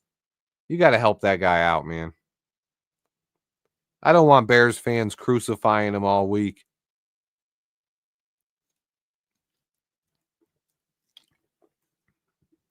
Oh, man. If I slipped and fell on ice, I'd probably break my hip, Doug. So let's have that not happen, Doug. Let's wish for that to not happen, brother. Nobody wants that to happen, all right? Nobody wants it. Bears looking to finally get on the board, down 13-0. We need some kind of spark on this offense, to be honest.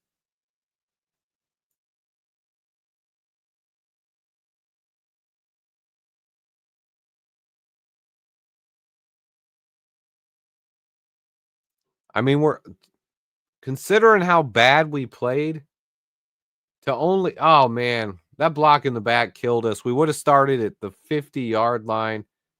Instead, we're at the 20. 1st and 10 here. Caleb, under center. Back to pass, play action. Steps up, has time to throw. He's dancing around and throws it away. And that's going to be a flag for holding, I believe. Yeah, that's holding. Caleb is holding the ball too long here, guys. We got to say it. We called Justin Fields out for it. We got to do the same for Caleb. He's a rookie. Let's not crucify him. But come on. Got to get rid of the ball there, man.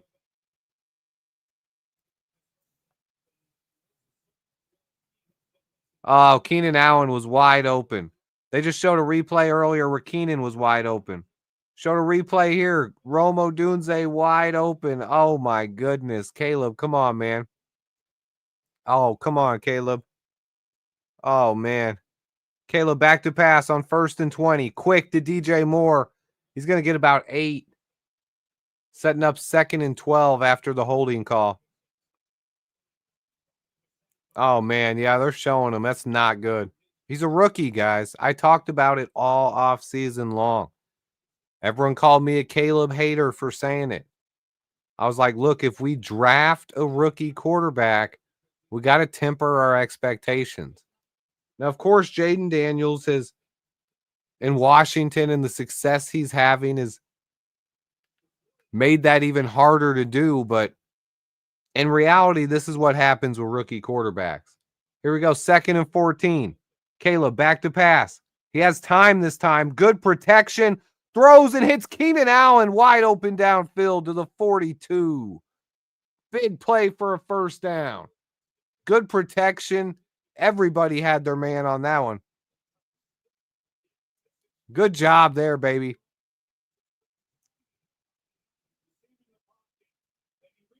Caleb wide open, or Keenan got wide open. Caleb back to pass again. Quick. Hits Keenan Allen in the hands and he drops it. Keenan, come on, baby. Look, Keenan just ran deep, though. I don't know why we went right back to Keenan after he just ran deep. That's an old man. Let him catch his breath. He just ran deep. Don't go right back to him. I'm just a guy at home. Come on, Thomas Brown. You got to know better.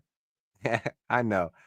Caleb, back to pass. Quick. DJ Moore has it, but it's only for about 2 yards. Nowhere to go there.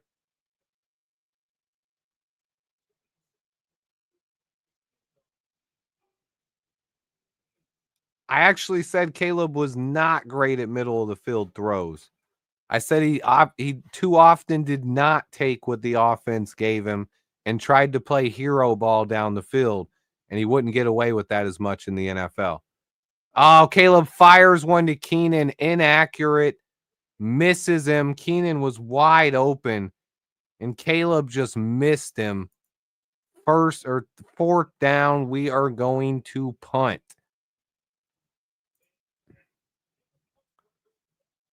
Nah, Caleb can get it done. He has all the tools, guys. That's the thing. But in college, he played too much hero ball. And that's kind of what he's been doing so far in the NFL. We need a really good offensive coach to get the best out of Caleb Williams. We took him number one. Another great punt by Tory Taylor inside the 10. Downed. Oh, rolling inside the 5-yard line. Great job there by Tory Taylor again. Caleb and Keenan are talking on the sideline. Looks like they had a little bit of a disagreement.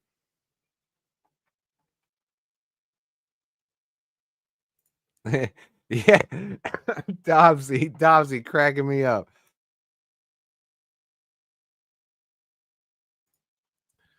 Yeah, I get it, bro. I get it. I like Keenan Allen though, but yeah, I don't want to throw I want more targets for Rome Odunze, honestly. I don't like that Rome isn't a bigger part of this offense. I get Keenan is a great player, but some of those targets I feel like need to go to Rome Odunze.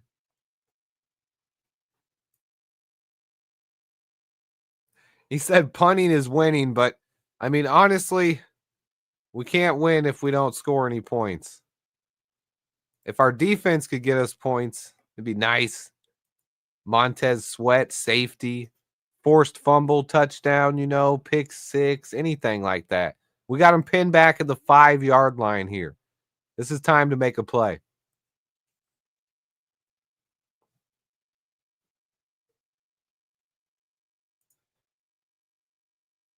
Here we go, guys. Come on, baby. Defense needs a big play here. Offense has been just pathetic again. There's nothing other to say than just pathetic. They're not able to move the ball. Caleb is missing wide open guys. He's not throwing the ball and holding it too long and missing wide open receivers running around the field. When he is throwing it to a wide open guy, he's missing them. Caleb's got to reel it in. I made some excuses for him early on about his nerves are a little high, but I mean, come on. Season's almost over. Get it going, brother. 10 for 14, 93 yards. He has not been awful, but he is holding the ball too long. He is throwing it a bit inaccurate. I need to see better play, but he needs better protection as well. It all goes hand in hand, guys. Need confidence. Sam Darnold, another fellow USC quarterback. This guy was written off as a bust. He came back and turned his career around here in Minnesota.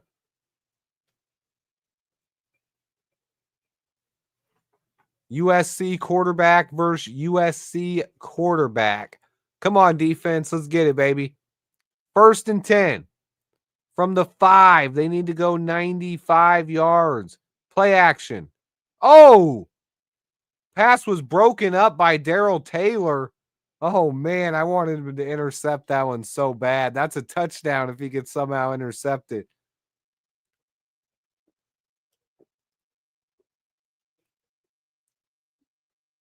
He had a guy wide open out there, but good play. 2nd and 10. Defense needs a stop. Could finally get us some good field position. Did they retire Darnold's number? I do not believe so. Quick pass to Justin Jefferson. Oh, he stiff-armed Kyler Gordon, but Tyreek shoves him out of bounds. Gordon is there as well. 3rd and short coming up.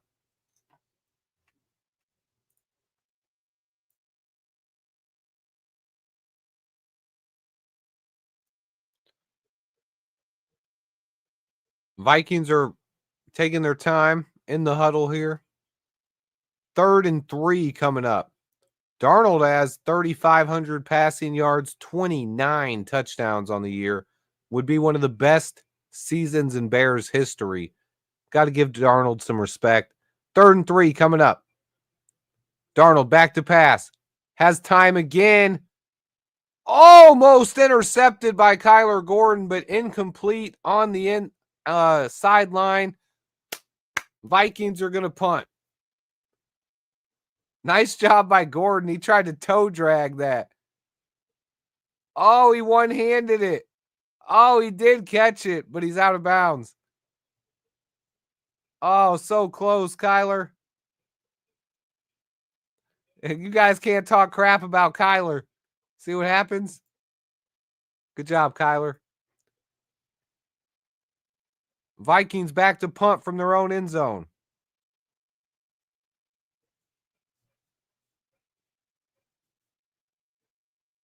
Blackwell has it. Not going to get much on this one. But the Bears are going to have pretty good field position here, close to midfield. Coming up. Down 13-0. Let's get this offense rolling here, baby. Kyler Gordon plays such a tough position in this defense. He's basically like a linebacker and a safety at the same time.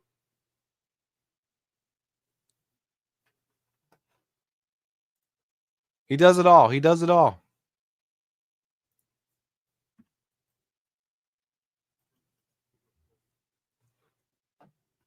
Hey, Blackwell, he's a guy who's a defensive back, right? So a lot of times when you're like, oh, I'd rather not have a defensive back out there. I'd rather have a receiver or an offensive guy that can catch the ball. But Blackwell is he comes down with some big time interceptions. And so far he's been a good punt returner. I'm gonna knock on wood. I don't want to jinx him or anything, but so far Blackwell's been pretty good. Gotta like what we've seen from him stepping up in place of DeAndre Carter. I'd honestly like to see Rome Odunze get a punt, get an opportunity to return a punt at some point. I think Brisker will probably be back next week, but we'll see. We'll see. This is still a winnable game, guys. 13-0. It's not a tough one.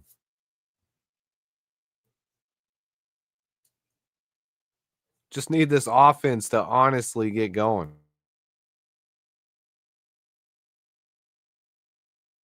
Yeah, it's a good comment by Keith. Blackwell honestly might be our best special teamer.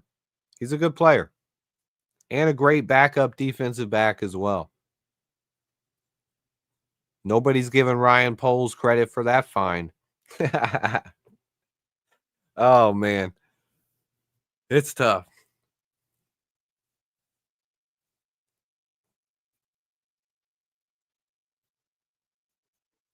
Bro, we need to Laz, you're dead on, man. We need to get Rome Odunze involved in the offense. I don't understand it right now.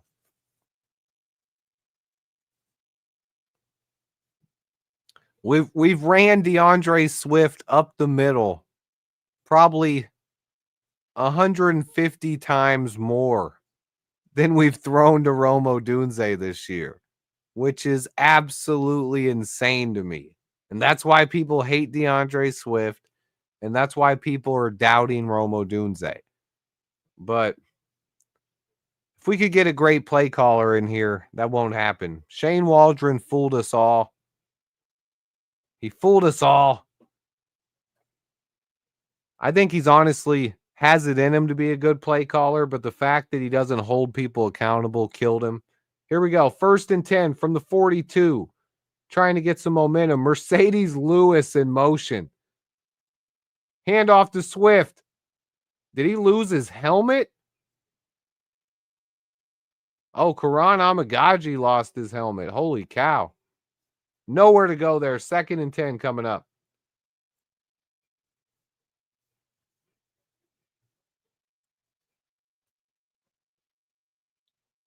They're showing Thomas Brown highlights when he was a running back at Georgia.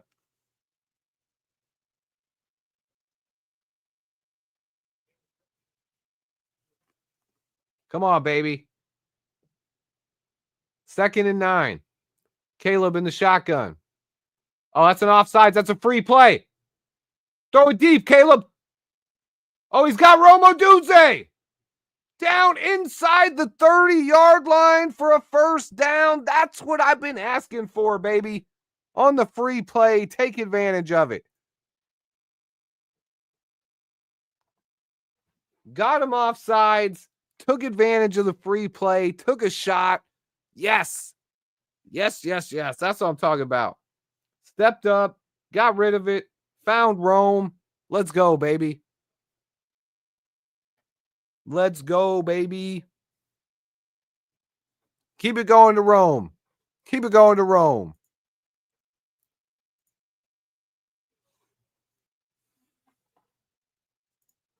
I'm glad somebody is, Longhorn. I'm glad somebody is, man. Caleb in the shotgun. 1st and 10 from the 28. Back to pass under pressure. Steps up, throws it deep. He's going to overthrow Keenan Allen. Too much mustard on it again. Come on, Caleb. Too much of that this year. We've seen quarterbacks do that our whole life. Caleb, you're supposed to be different. He's wide open. Wide open. That's one, honestly, in year 4, I'm not even going to say it. Handoff to Swift. Swift with some room to run. 1st down inside the 20. Good run by DeAndre Swift. Yeah, we don't like mustard, and for some reason, Caleb's putting too much mustard on that. Someone's got to tell him. Or it's no ketchup in Chicago. It's not no mustard. Well, we can go either way. Handoff to Swift again. Cuts to the outside. Swift inside the 10, to the 5, to the 1-yard line. Swift, when you run him to the outside, looks like a completely different running back. It's almost like I said that. But there he goes. Swift to the outside. Flies down to the 1-yard line. What a run. Bears have 1st and goal at the 1. Doug Kramer in at fullback. Handoff to Swift. Touchdown, Bears. We're back in this one, baby. We're back in this one. Caleb Williams. Touchdown, Bears. Touchdown, Chicago. Into the end zone for a Bears touchdown. 6 for a Bears touchdown.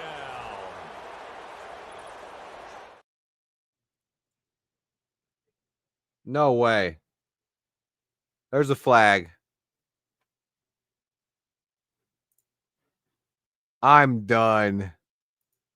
Wow. Oh, no. That was way too late.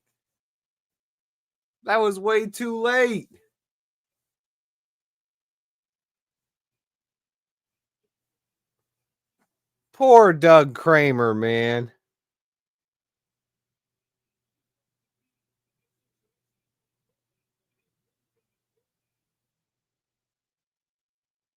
I didn't even hear what the penalty was.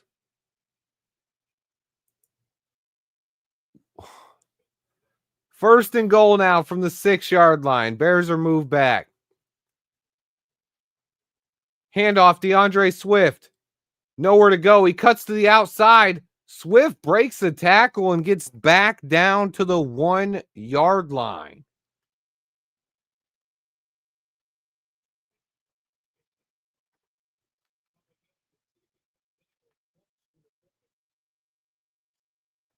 Oh, my goodness.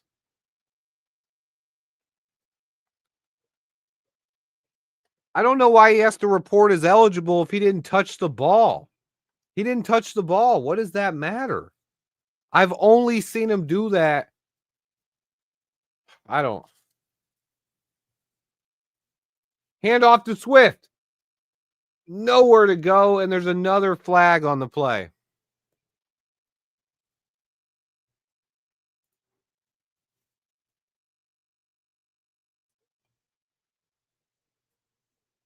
This is a holding on the rookie, Karan Amagaji. Moving us back again. We are absolutely imploding right here, guys. Just absolutely imploding.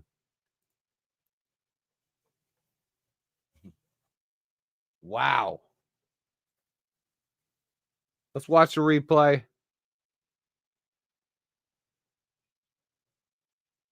I don't think that's a hold.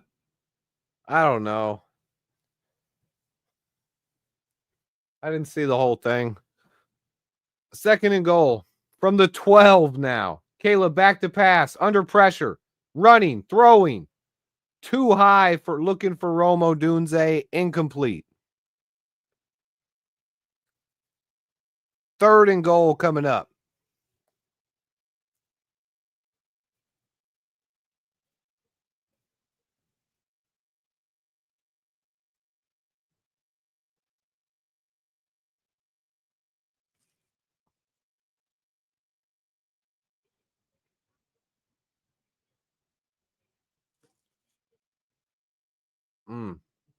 Third and goal coming up from the 12. Caleb in the shotgun. Back to pass. Under pressure. Rolling out, throwing. Bounces off of Keenan Allen's hand again. Incomplete, fourth down.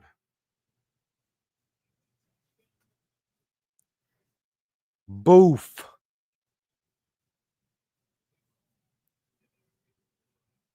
Let's watch what happened to Keenan here.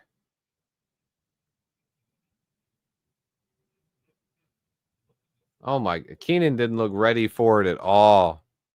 He didn't look ready for it at all. The Bears are going to finally just kick a field goal. This is disappointing, honestly. Cairo boots it in. 13-3. Still a 2-score game. Absolutely imploded on the offense. Looked like Caleb might have got, they might have had a face mask on him.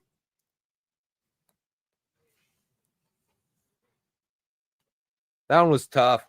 I don't know if he grabbed a hold of it, though. I don't know if he grabbed it.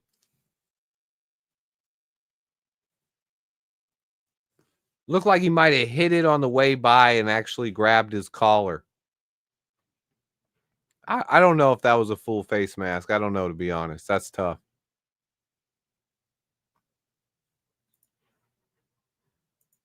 Oh, man.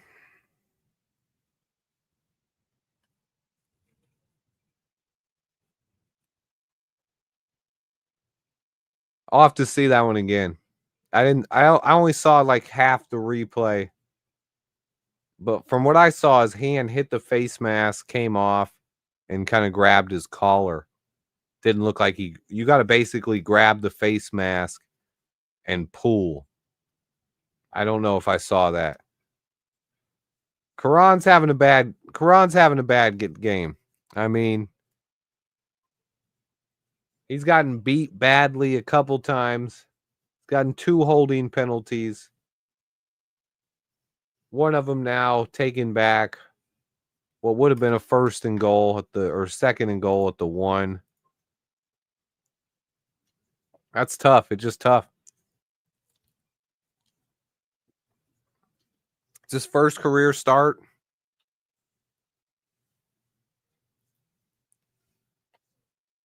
Hope to see him play a little better. I did see some clean pockets the last couple of drives, though. I have seen some clean pockets, but his PFF will be great. I don't think so. Not with how he's played.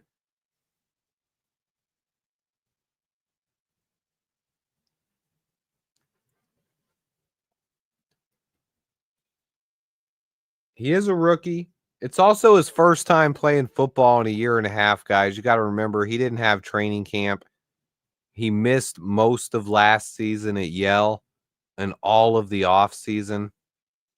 Yeah, so can you.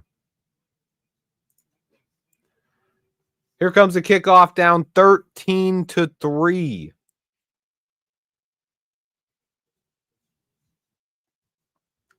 And this might actually be a better game than the Falcons Raiders. It's 9-3. Okay. We're 13-3, 9-3. You know, we've allowed 3 more points. We're winning something. Vikings are going to return it to the 30-yard line.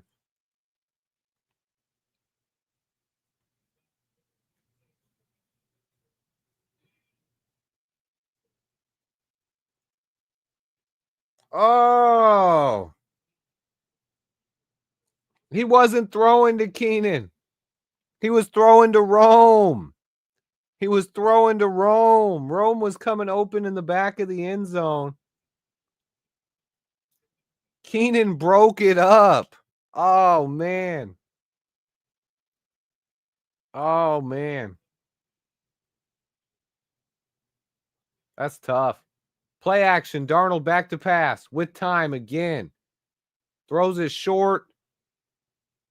There is a flag. He's going to get about 8 or 9. Let's see what the flag is.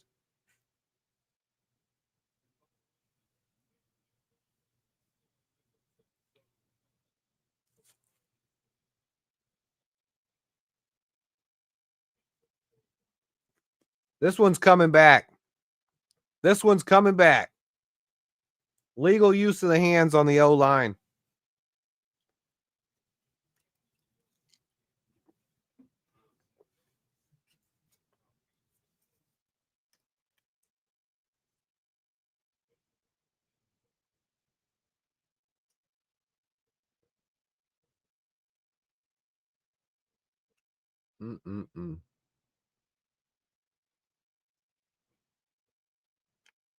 Probably not go. Well, we're not even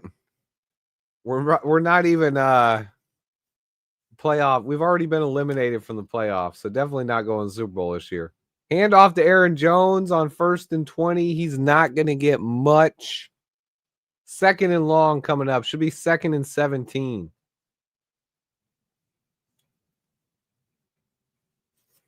Whew, this division's tough.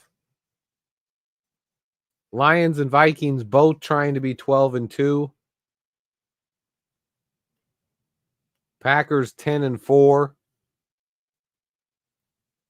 TJ Hawkinson, another catch over the middle, setting up 3rd and 3.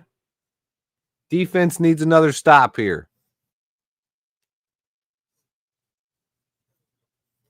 It's going to be tough to get another win, but I believe we will.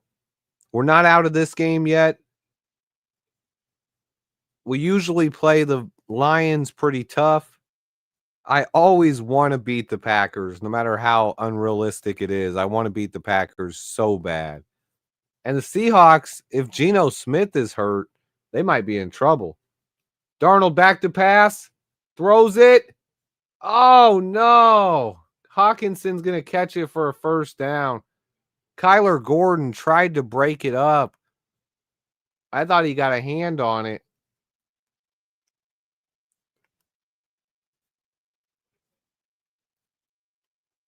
Oh, nice try by Kyler Gordon. 1st and 10. Vikings at the 41 now, moving close to midfield. Hand off to Aaron Jones. Brought down pretty quickly. Gonna get about 2 yards. 2nd and 8 coming up.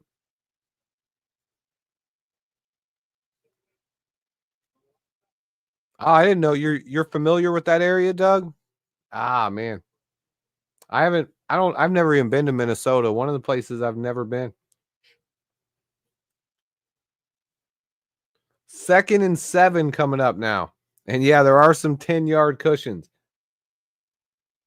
Darnold under pressure from Tremaine Edmonds is going to throw it incomplete. Tremaine Edmonds with the blitz finally doing something. Come on, Tremaine.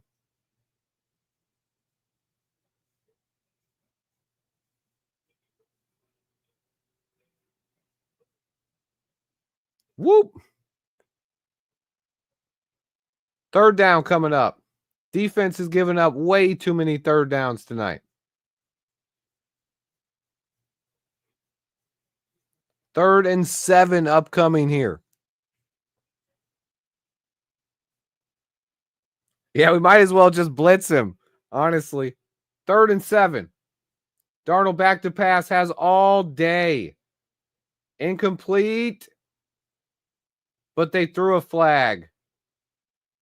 I don't know about that. I don't know about that. Let me see it. I got to watch it. Pass interference, automatic 1st down.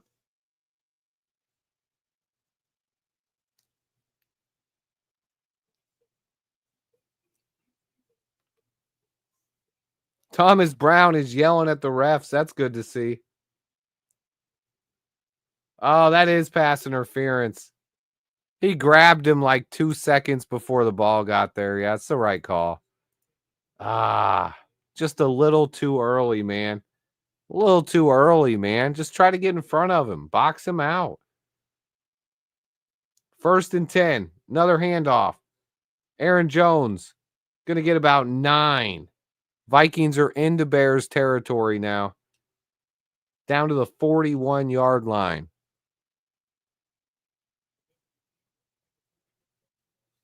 Yeah, he had time to make that play. I don't know.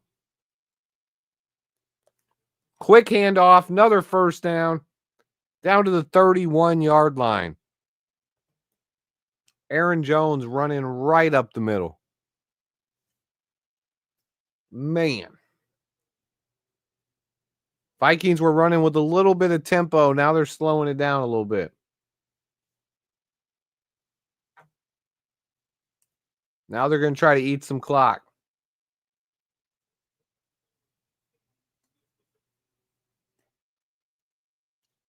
First and 10 here. Darnold under center. They're in field goal range again.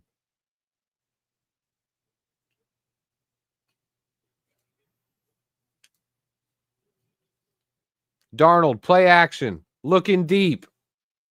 Incomplete on the sideline. Good coverage by Tyreek Stevenson. 2nd and 10 coming up.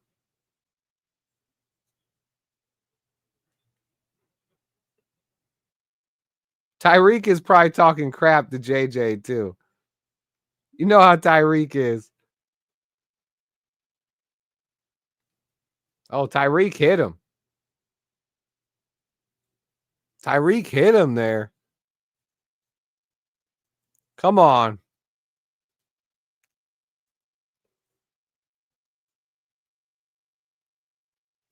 Pitch play to Aaron Jones to the outside. Runs through a hole. Easy 1st down. Finally tackled by Dominique Robinson, who's getting his first action in a while tonight. Oh, no. Darrell Taylor is down. That's not good.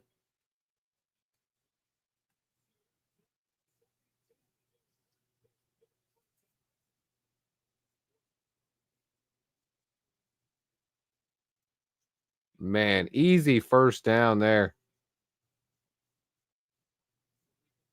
Missed tackle by Kevin Byard. Looked like Tremaine took a bad angle. Man, come on, defense.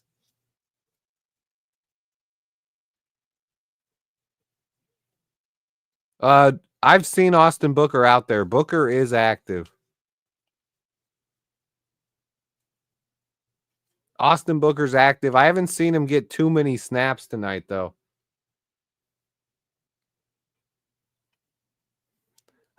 Edmonds got them big bug eyes, but can't see the field. Oh my goodness.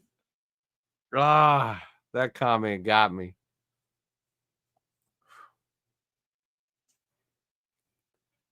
13-3, guys. We need a turnover. It has not been a fun game. Our offense has been kind of pathetic, and our defense has been soft.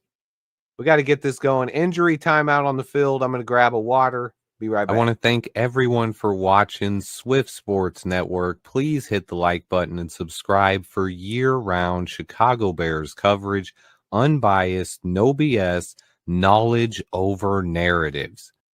I'll be right back with more live action.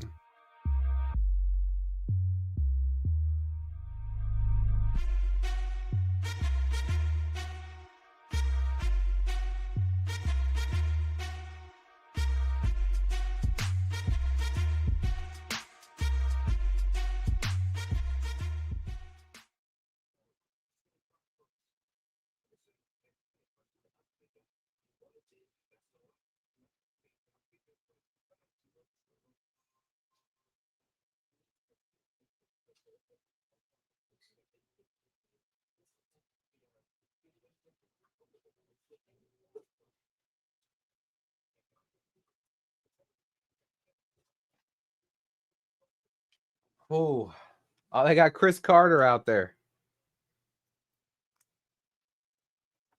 Chris Carter. This team is pathetic and poorly coached. I mean, it seems like it. It's how it feels. We are the Bears, the bumbling crew, fumbling the ball, gift wrapped for you. I love it, boss. Good play by TJ Edwards there.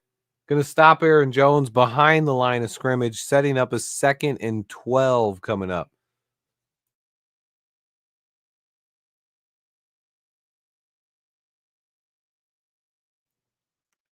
Darnold back to pass with time, throws complete to the 1-yard line. Justin Jefferson. 1st and goal coming up.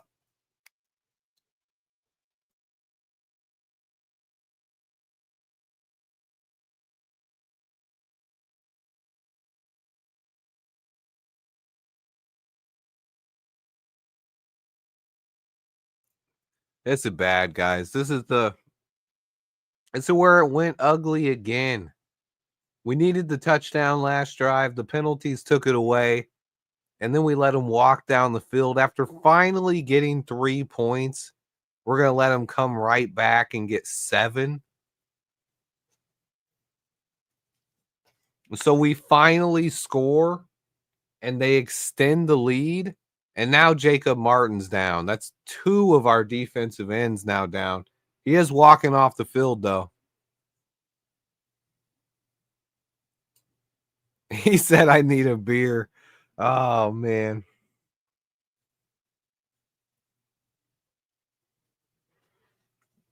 I do not believe these guys are quitters. I believe we have terrible coaches that put them in bad position. I was never a big Matt Eberflus fan. I hoped that Matt Eberflus would do good, but I was never a fan of the guy. I always thought he was a little bit corny. I always thought his nicknames were a little weird. He just seemed a little off to me. Like the whole hits philosophy.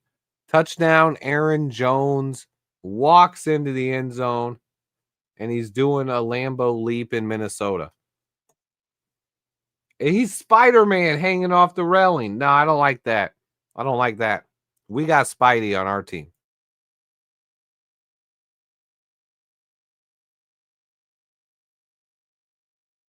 Yeah, good comment by my man Dobe here. It's all about Caleb and Rome's growth. Also, Darnell Wright. Hopefully Braxton Jones or Karan Amagaji can be answers as well. But the interior of our offensive line needs completely reworked. It's just bad.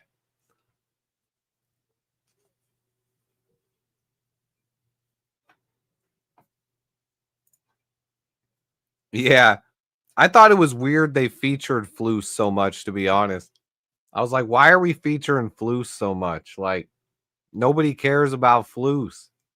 And if he's gone after the year, then it makes and like he is now, it makes rewatching Hard Knocks weird.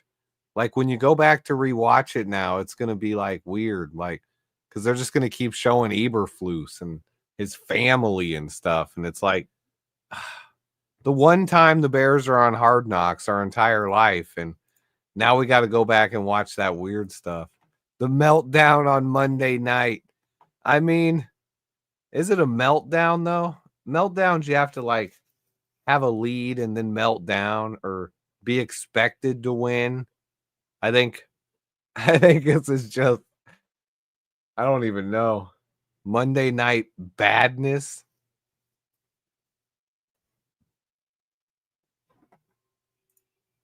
Braxton is look, Braxton's a good player. If he was on a different team, he'd look a lot better. With no help on the line with him, it's tough, especially playing left tackle. But Braxton has not elevated his game enough. He also hasn't stayed healthy. He also has too many penalties. But the problem is, how do we upgrade from Braxton Jones, right? That's the hardest question. I'll be answering it soon, but Monday night malpractice. That might be it. That might be it, Doug. I might write that one down.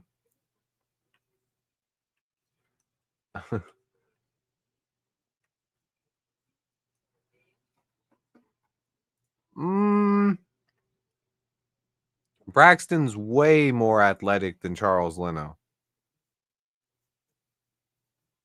I think he's a better blocker downfield. If he can anchor better, I think he could be a lot better than than Charles Leno. But so far, I haven't seen it. I thought I would by now. Look at Aaron Jones with the sunglasses on. He's having a good time. Aaron Jones always kicks our butt, man. I think we have to go defensive or offensive line in the first round. I think it has to be. I think offensive line is the biggest, but I think considering we potentially have two good tackles, I could see us drafting a defensive end or a defensive tackle first, and then drafting 2 or 3 interior linemen. But mostly offensive line, most likely, I'll say.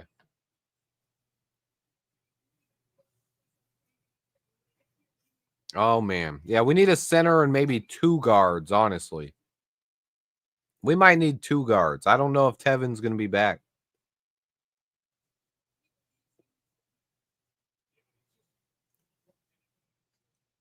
Bears have the ball down 20-3 now. In desperate need of a score. Caleb in the shotgun. Got him off sides again. Free play. They're going to blow it dead. And they hit Caleb, and of course, no flag.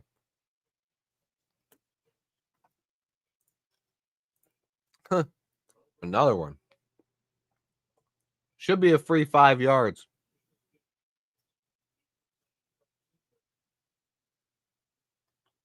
Are they trying to call it a false start? What are they doing?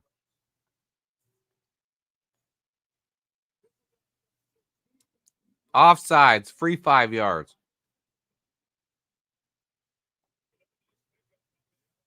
We're going to have 1st and 5 coming up.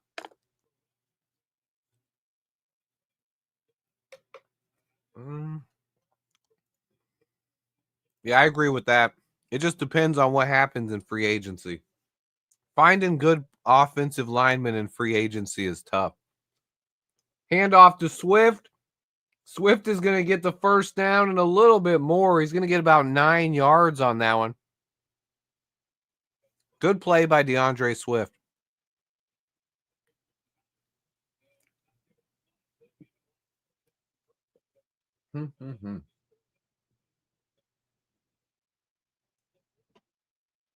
Caleb in the shotgun with some tempo here. Quick pass over the middle. Complete to DJ Moore. He's going to get about 8.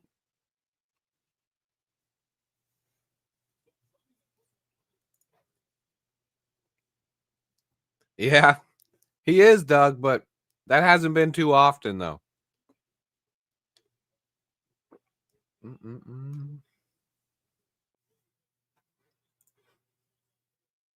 Swift again up the middle for a first down. He's going to get about 5.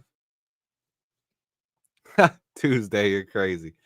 I love the Georgia interior. I like Alabama's interior as well. Tyler Booker, Parker Brailsford.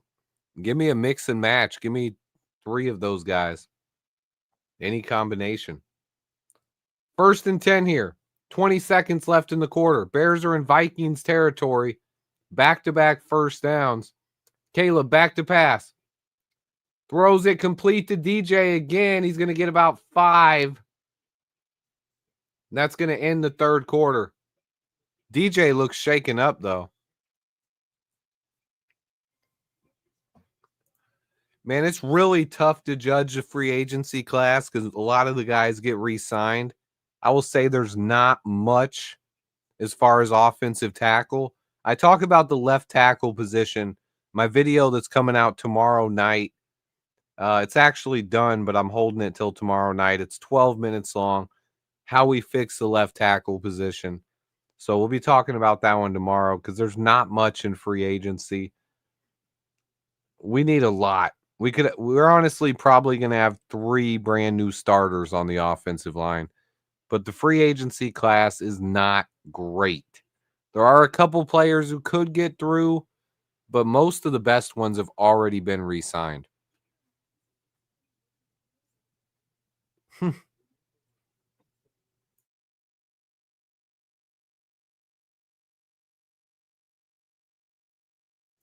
Yeah, I actually mentioned that in my video, Lucas. I think Braxton has not been great. I think the 21st ranking is probably a little generous. I'd probably rank him somewhere between 28 and 35. But I do think he's an average NFL tackle. And if we let Braxton walk, another team's going to sign him, and he's probably going to develop and continue getting a little bit better and actually become a pretty good player. But right now, this is the thing, right? Braxton hasn't had, Doug actually just said it right there. When Tev was healthy and playing at his best, Braxton looked pretty good. Probably my biggest disappointment this season, and this is weird because a lot of people hate on Braxton Jones. Everyone's hating on Coleman Shelton. As much as I love Tevin Jenkins, I don't understand why he hasn't gotten any hate this year because honestly, Tevin has been bad. And I hate to say it because Tevin is a guy who I thought had the potential to be one of the best guards in the NFL. And he's just also not been very good this year. Our whole offensive line has struggled. And that's what makes it tough. You can't blame just Braxton. You can't blame just Tevin. You can't blame Coleman Shelton. Matt Pryor's actually been okay. And I think Darnell Wright's played pretty well. But everyone on this line has been bad at times. Every single one of them. And that's what makes it tough. Handoff to Swift. Swift going to try to cut to the outside. Nowhere to go. 1 yard. Setting up 3rd and 3.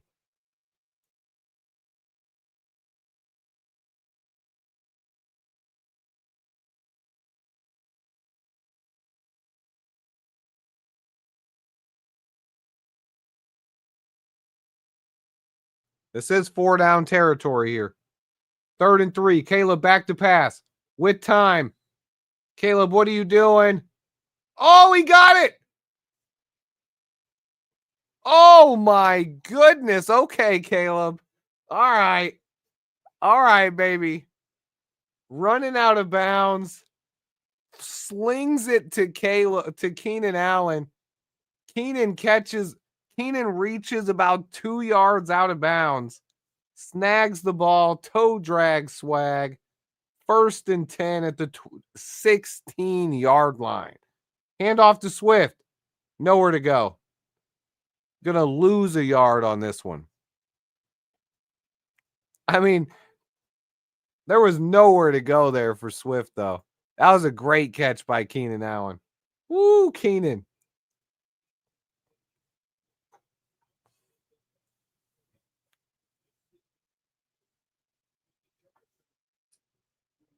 Second and 11 coming up.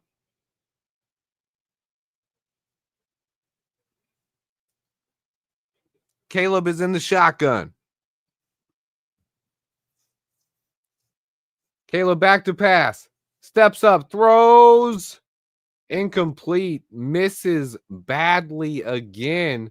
Was looking for Rome Odunze,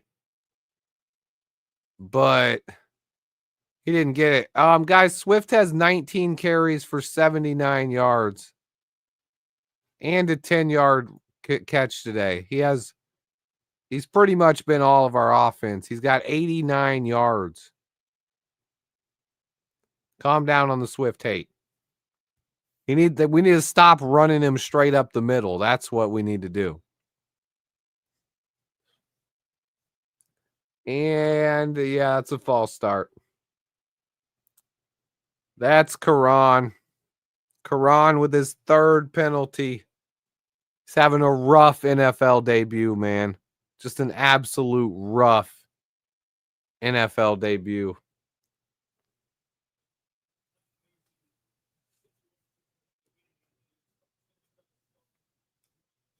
It's tough. Guys, Karan wasn't supposed to play this year.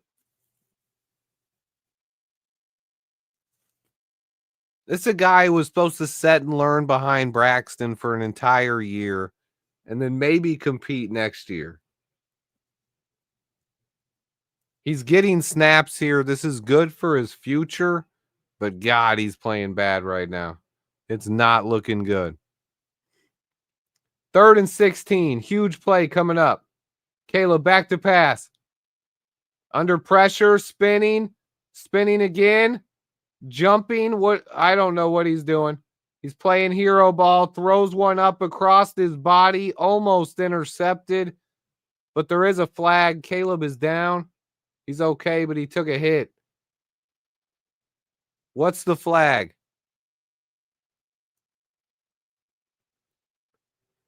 Oh, Caleb, the hero ball. An eligible receiver downfield. Oh my gosh.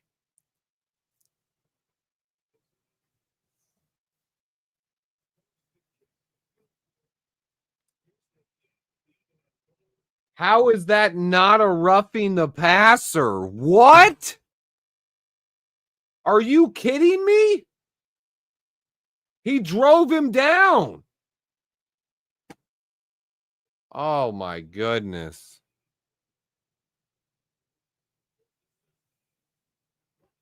$72 got more negative yards than the team has positive yards. Yeah. That one's declined, though, so it doesn't actually count. Cairo's going to kick a field goal. It's 20-6. I don't even know what to say. Caleb is in pain.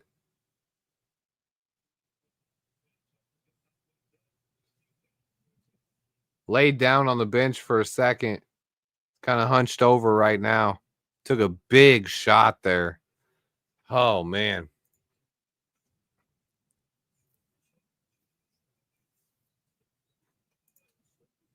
Yeah, Doug makes a good point. This is why I was actually glad Karan got the start today, because Larry Borum is just as bad, but I don't have any hope for Larry Borum is going to be gone next year. At least Karan can learn from this, right? Yeah, if the Vikings score here, look, I'm going to say it now. Look, I haven't said it all season, but if the Vikings score here, put Tyson Bagent in the game. Like, I don't want to see Caleb take another hit. He's only been sacked once, thankfully.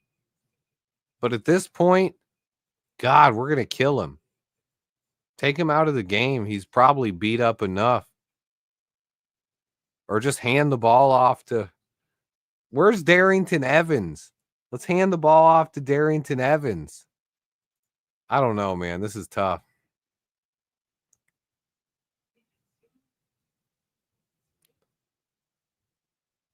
He needs to learn. Look, I'm not a guy who ever wants to bench Caleb Williams, right? I'm not benching him. But I said if the Vikings score. Look, if it's still 20-6, I'm not taking him out. But if we go down 27-6, and that would also assume the Vikings took at least 3 minutes off the clock, probably more, right? So there'd only be 7 or 8 minutes left in the game. And we'd be down 27-6. And we have a left tackle who hasn't played football in over a year. And our quarterback taking a beating. At that point, yeah, you might want to put Bagent in. Just for a couple of series. There's no reason to just let Caleb get beat on for no reason. He might have a concussion right now. Did you guys see that hit he just took? He could be concussed or have whiplash right now. He's looking okay on the sideline, but I don't want to see him continue getting beat. I don't want to take him out of the game. Honestly, if we put Bagent in, I'll probably end the stream. But I'm just saying, at this point, I'm tired of seeing Caleb get beat down like that. We saw Justin Fields get beat down like this for 3 years and hated it. We don't want to see it happen to Caleb Williams as well. That's why Ryan Poles has to fix this offensive line. I'll answer. Hey, Jay Sal. He said brats, but he means Bears. Yeah, Caleb's head bounced off the turf there. Took a huge hit. No, I think Tyson Bagent's a perfect backup. I love Tyson Bagent. He's tough, he's smart, he's young, he's not costing much. I love Tyson Bagent. I think he's a good guy. All right, here we go. Vikings, quick pass to Justin Jefferson on a screen. He's got an easy first down and more into Bears territory, tackled finally by Jack Sanborn. There is a flag. It's coming back. This one's coming back. Never mind.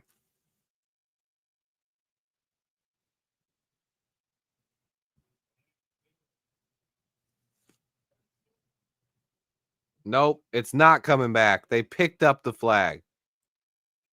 Never mind. They said, you know what? Never mind.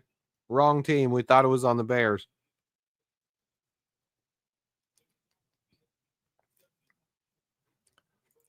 Yeah, it looked like he was trying to tell people he's all right, but yeah, he's definitely hurting. He's probably all right, but he's definitely hurting. Yeah, let's call it. Oh, wait, it's not on the Bears. Never mind. Wrong team, wrong time. Wrong team, guys. Let's pick that up. Let's pick up that flag. Jonathan Ford just blew up that play, but Aaron Jones still gets about 4 yards out of it.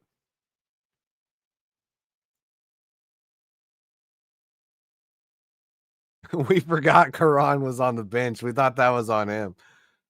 Yeah, never mind. Let's pick that up, guys. Just pick it up. Tyreek looks like he's a little shaken up, too.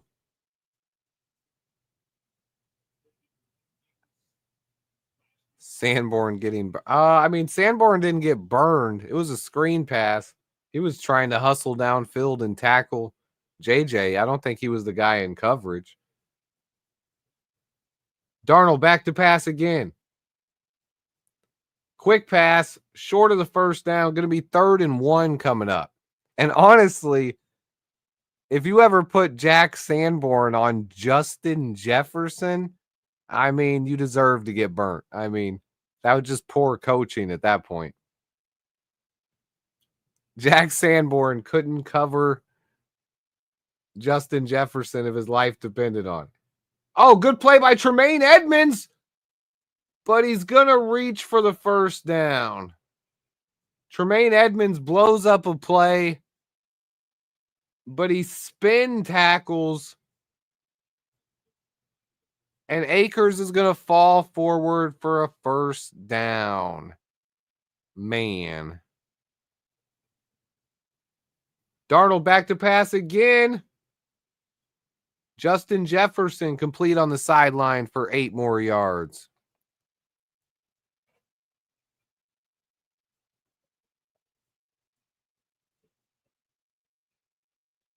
Yeah, JJ's playing him tough. JJ on JJ is tough, but that was a good catch. Had to dive for it. Play action. Darnold looking downfield again. He's throwing deep into the end zone.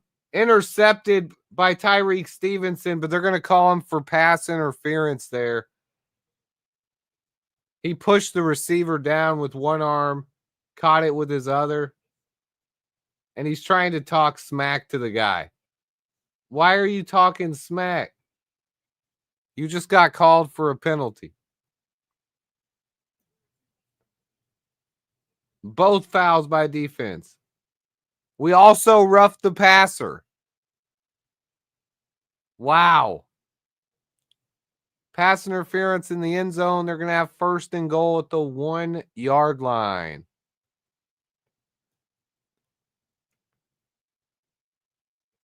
Yeah, they're about to go up 27-6. You know what I mean?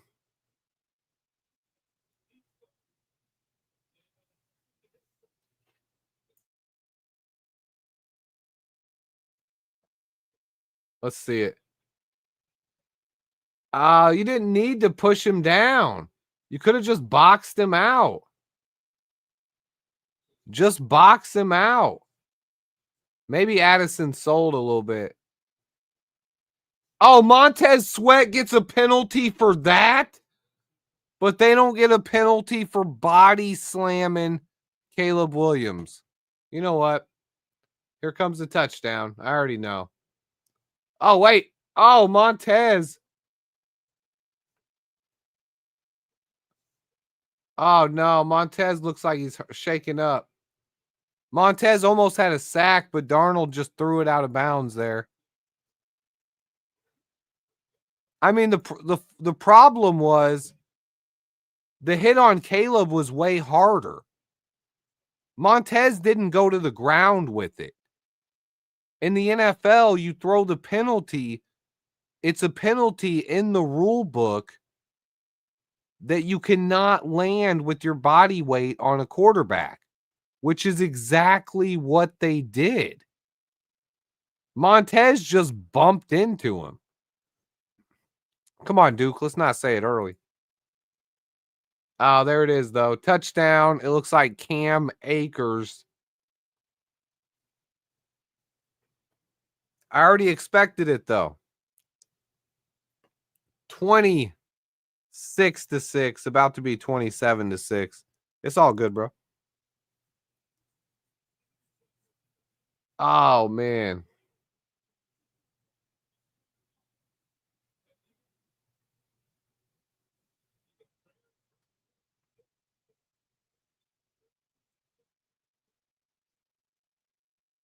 Oh, man. The Bears always get the dumb penalties. Now Tyreek Stevenson is down, too.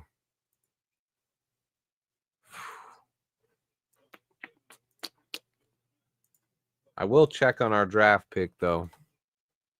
I mean, we lose this 4-10. We stay top 10. We stay with a top 10 pick. Stay at number 9. We would only fall to number 10 if we won another game, too. We can still win another game and stay in the top 10. Just saying. Penalties are definitely killing us tonight. I want to see how this drive goes. Are we going to bounce back and score? Or are they going to actually put Tyson Bagent in? I don't know.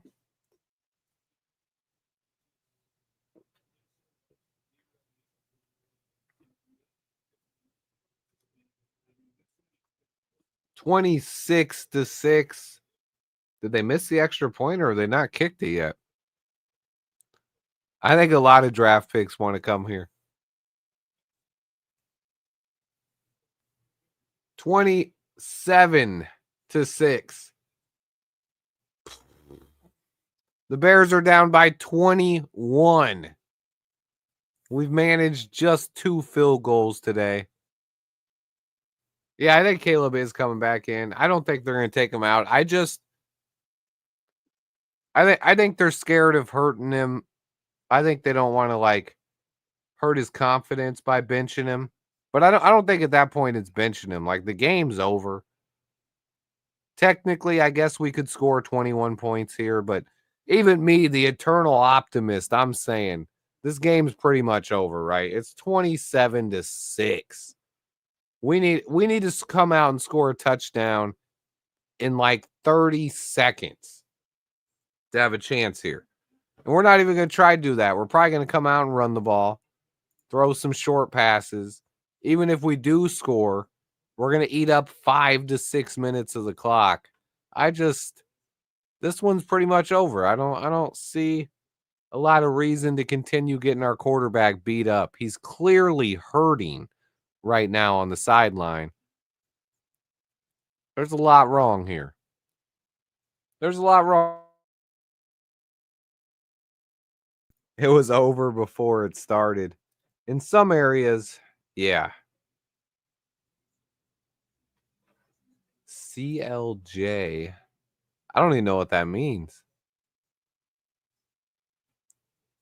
Couldn't do this the rest of the game.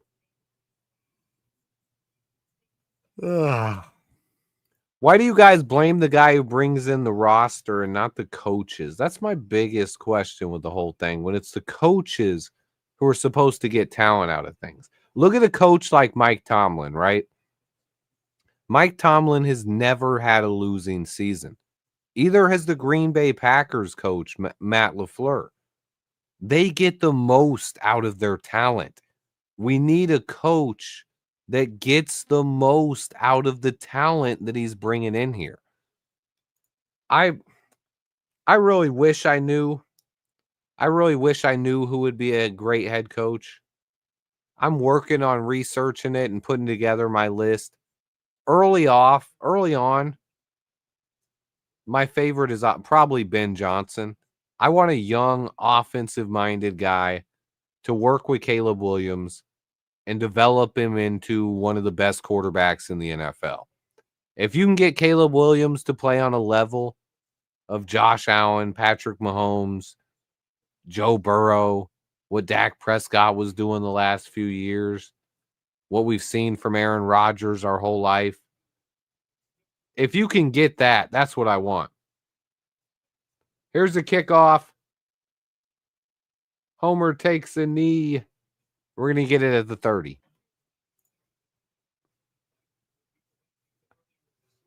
Yeah, I'm not a fan of Belichick. I'm not a fan. I don't know about him being a thug, but I'm just not a fan of Belichick at all. We play the Lions next week, then the Seahawks, then the Packers. Oof. I mean, I also like Joe Brady. He's the offensive coordinator of the Bills. I don't know if he's ready to be a head coach, but I liked him. I wanted him to come here and be an offensive coordinator a few years back. Caleb back to pass. Going to check it down to DJ Moore. It's going to get about 6 yards and go out of bounds. Look, I don't know how Ben Johnson would be as a head coach, and that's the thing none of us know, right? Would he be great with players? Would he not? None of us know. But as far as being a play caller, we know he's really good. I mean, how can you tear it down? We already tore it down. This is the thing. If people saying tear it down clearly don't understand a rebuild. You want to tear down the young players we have? Like, no, we continue building. We're only in the third year of a rebuild. You continue building. Anyone who wants to stop building doesn't understand the process. I don't get that at all. I just don't get that mindset. Yeah, it was a bad play call there. Another wide receiver screen. 3rd and 3. Like I said, we're not pushing the ball down the field. We're not throwing deep. We needed to score in 30 seconds. We've already wasted 2 minutes. Caleb back to pass. And he's sacked. 4th down. This game's over.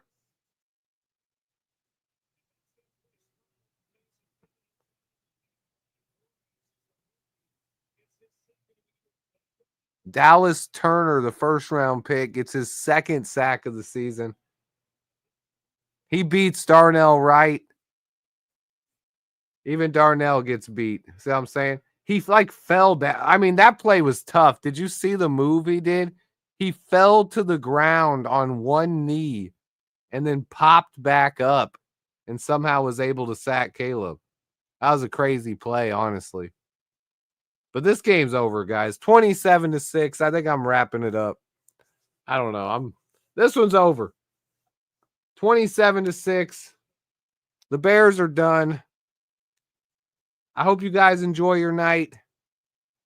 It's the holiday season, Christmas season. We got the Lions next week.